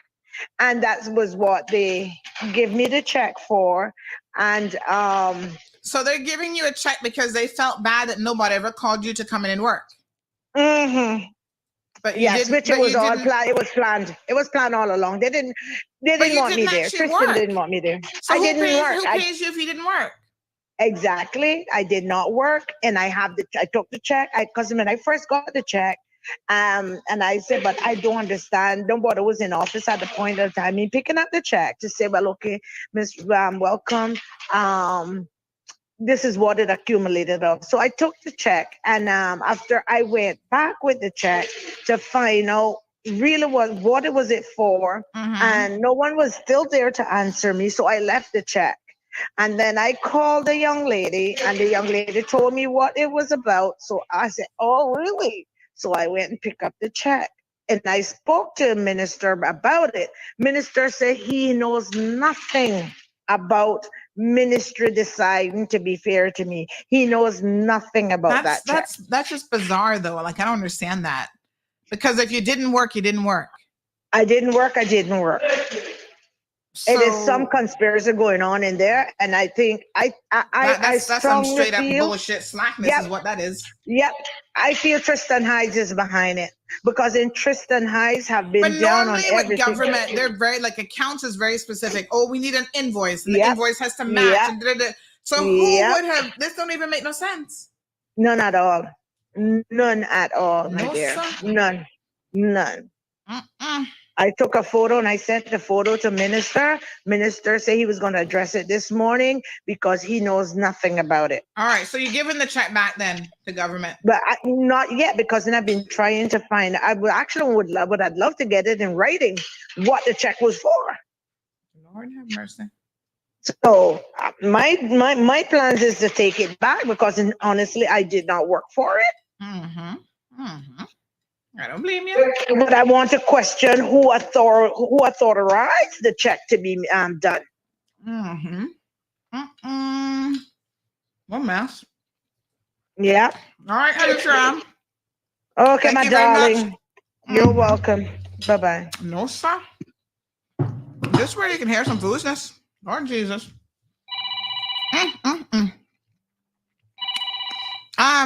I see a comment where a young lady says, and What you said that his wife owe her money, but whose wife are you referring to?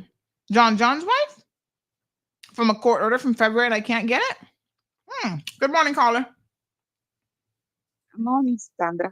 Good morning, darling. Sandra. Yes, Mama. I needed talking to you. Mm-hmm. When you see me, okay? Oh, after the when show. You finish, Yes. Okay, Mommy. No problem. Okay. I'll call you. Okay, darling. Okay. All right. So who owes you money, Slick Chick? Clarify. No, Mr. Amelia says she's not cashing that, honey child. They're not gonna set her up. Cece says they want Amelia behind bars for the next election. Girl, you know, next time they haul you in court talking about obtaining property by deception, don't think that she know Georgetown fool. She knows something not right. Mm-hmm. I bet you she cashed it. They could probably charge her with obtaining property by deception. Yes, girl. You ask them for an explanation. Don't cash that.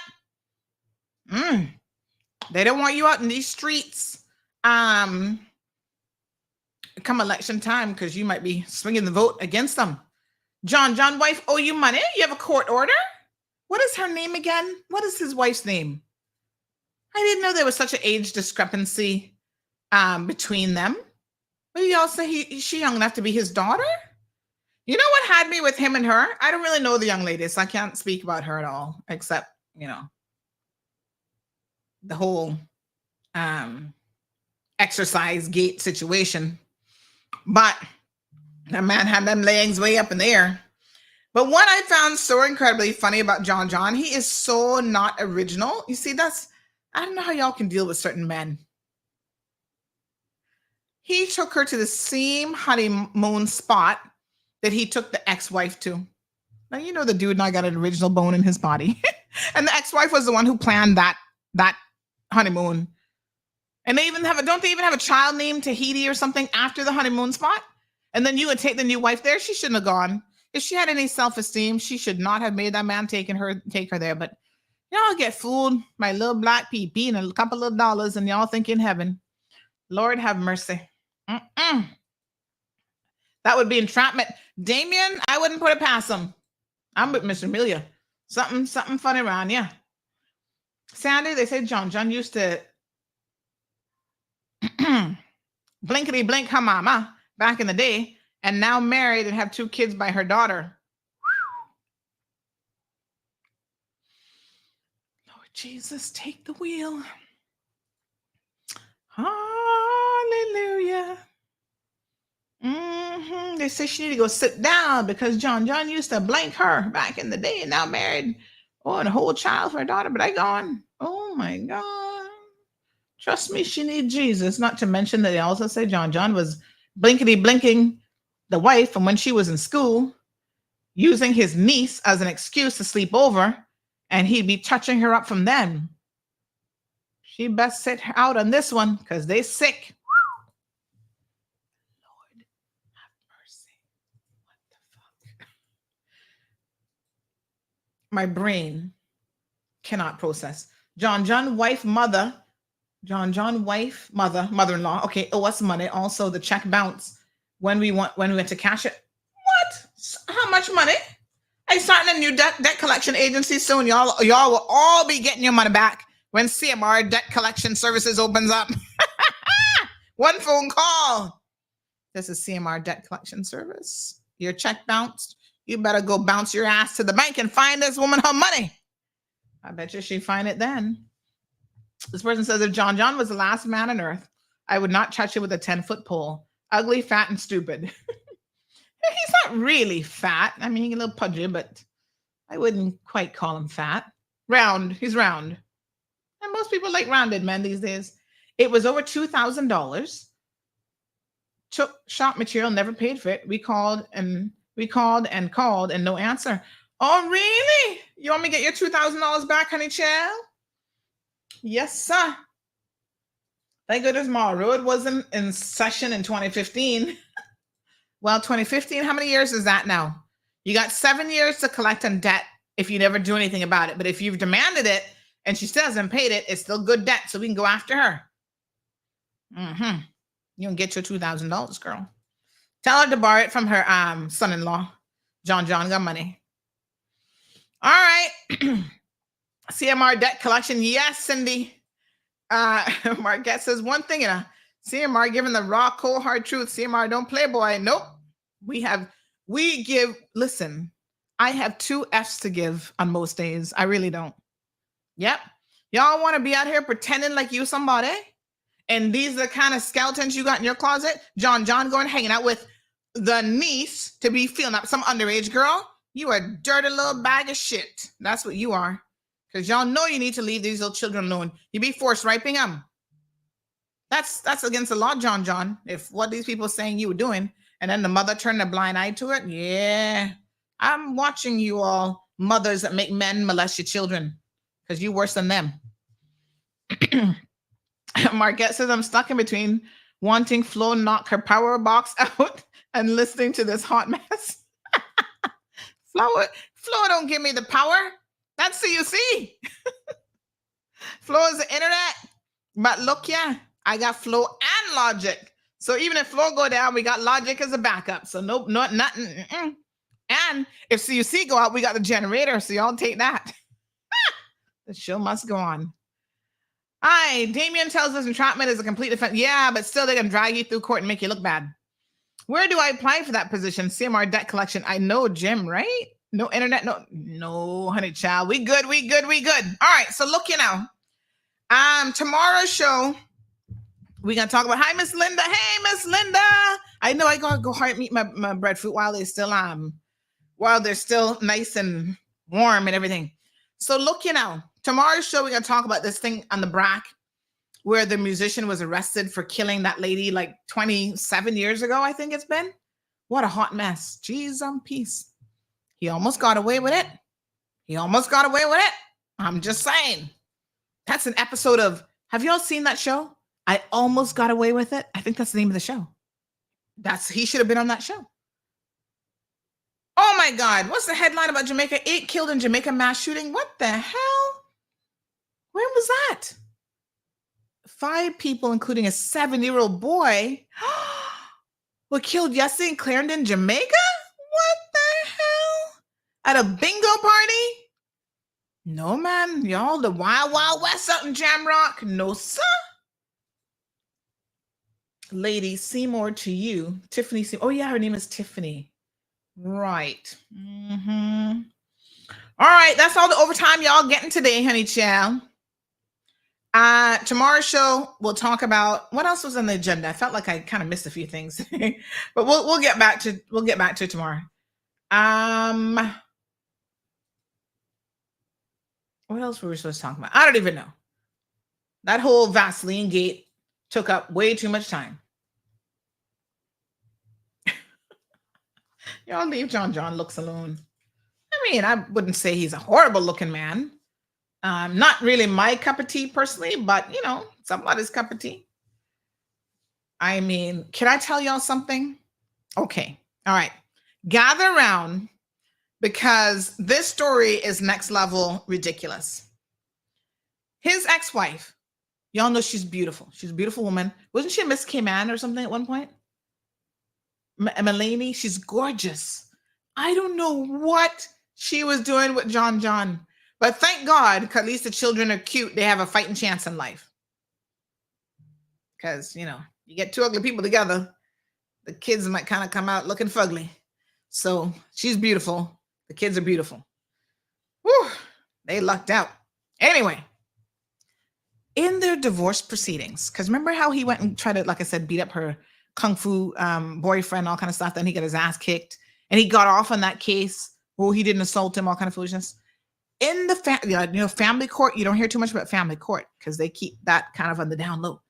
But in her evidence about John, she said this man is an animal sexually.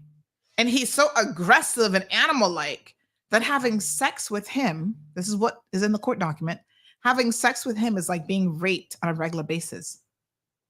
I was like, what the fuck? Why stay with somebody like... Listen, There's too many men out there with a working penis for y'all to put up with half the shit that y'all be putting up with from these men. And not just a working penis, but the good men out there with a working penis. I'm serious. Y'all just need to find one. Broaden your horizons. They don't have to be a Caymanian, you know. And they don't have to be Jamaican either. Lots of good-looking working penises in America, even in the UK, all over the world. You got choices. Don't stay in relationships where when you're divorcing them, then you got to talk about how it's like being raped by a monster. Lord Jesus. I can't. On that note, I cannot. Thank John Money. I think John Money paid for plastic surgery she got with him when she was young and dumb. No, sir. Oh, yes. DVDL scandal. Don't forget. Oh, honey child, tomorrow you're going to be lit again. I need a drink. Water done. That's it. Yeah, we got to talk about all those people arrested. Oh, my God. Y'all saw the list? All right. Y'all have a good day. I'm back until October now. No more breaks until October, I promise. No more vacations. And then October, we're going on a little vacation again. Send me one, Miss Lucy. One breadfruit. Here, John. Here, Johan. You gone too far, Biggs. Teddy broke shot. You going too far, Biggs. Oh, man. All right, good folks. Y'all have a beautiful day. So good to be back. I missed y'all too, you know. Yeah, honey child. I'm glad to be back. Anywho, when we find out more about the investigation and the whole John Vaseline gate, we will report and give y'all an update. So stay tuned. Have a blessed day. We shall see y'all tomorrow. And until then, please, no running into excavators, light poles, children, dogs. Pay attention when you drive. Jake, I can get you some brownies, honey child. Don't you worry. We're gonna get Miss Stacy to make some of her homemade ice cream too. All right. So y'all please be good. We'll see you tomorrow morning.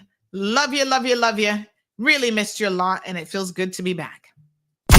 Thank you for tuning in to another episode of The Cold Hard Truth on Bobo 89.1 FM. Cayman's #1 talk show is live weekdays from 7:30 a.m. Never miss an episode again. Watch anytime on CMR's Facebook and YouTube channels for the latest show episodes. Don't forget to follow us online on our social media channels and visit CaymanMarlRoad.com for all the latest news and community happenings.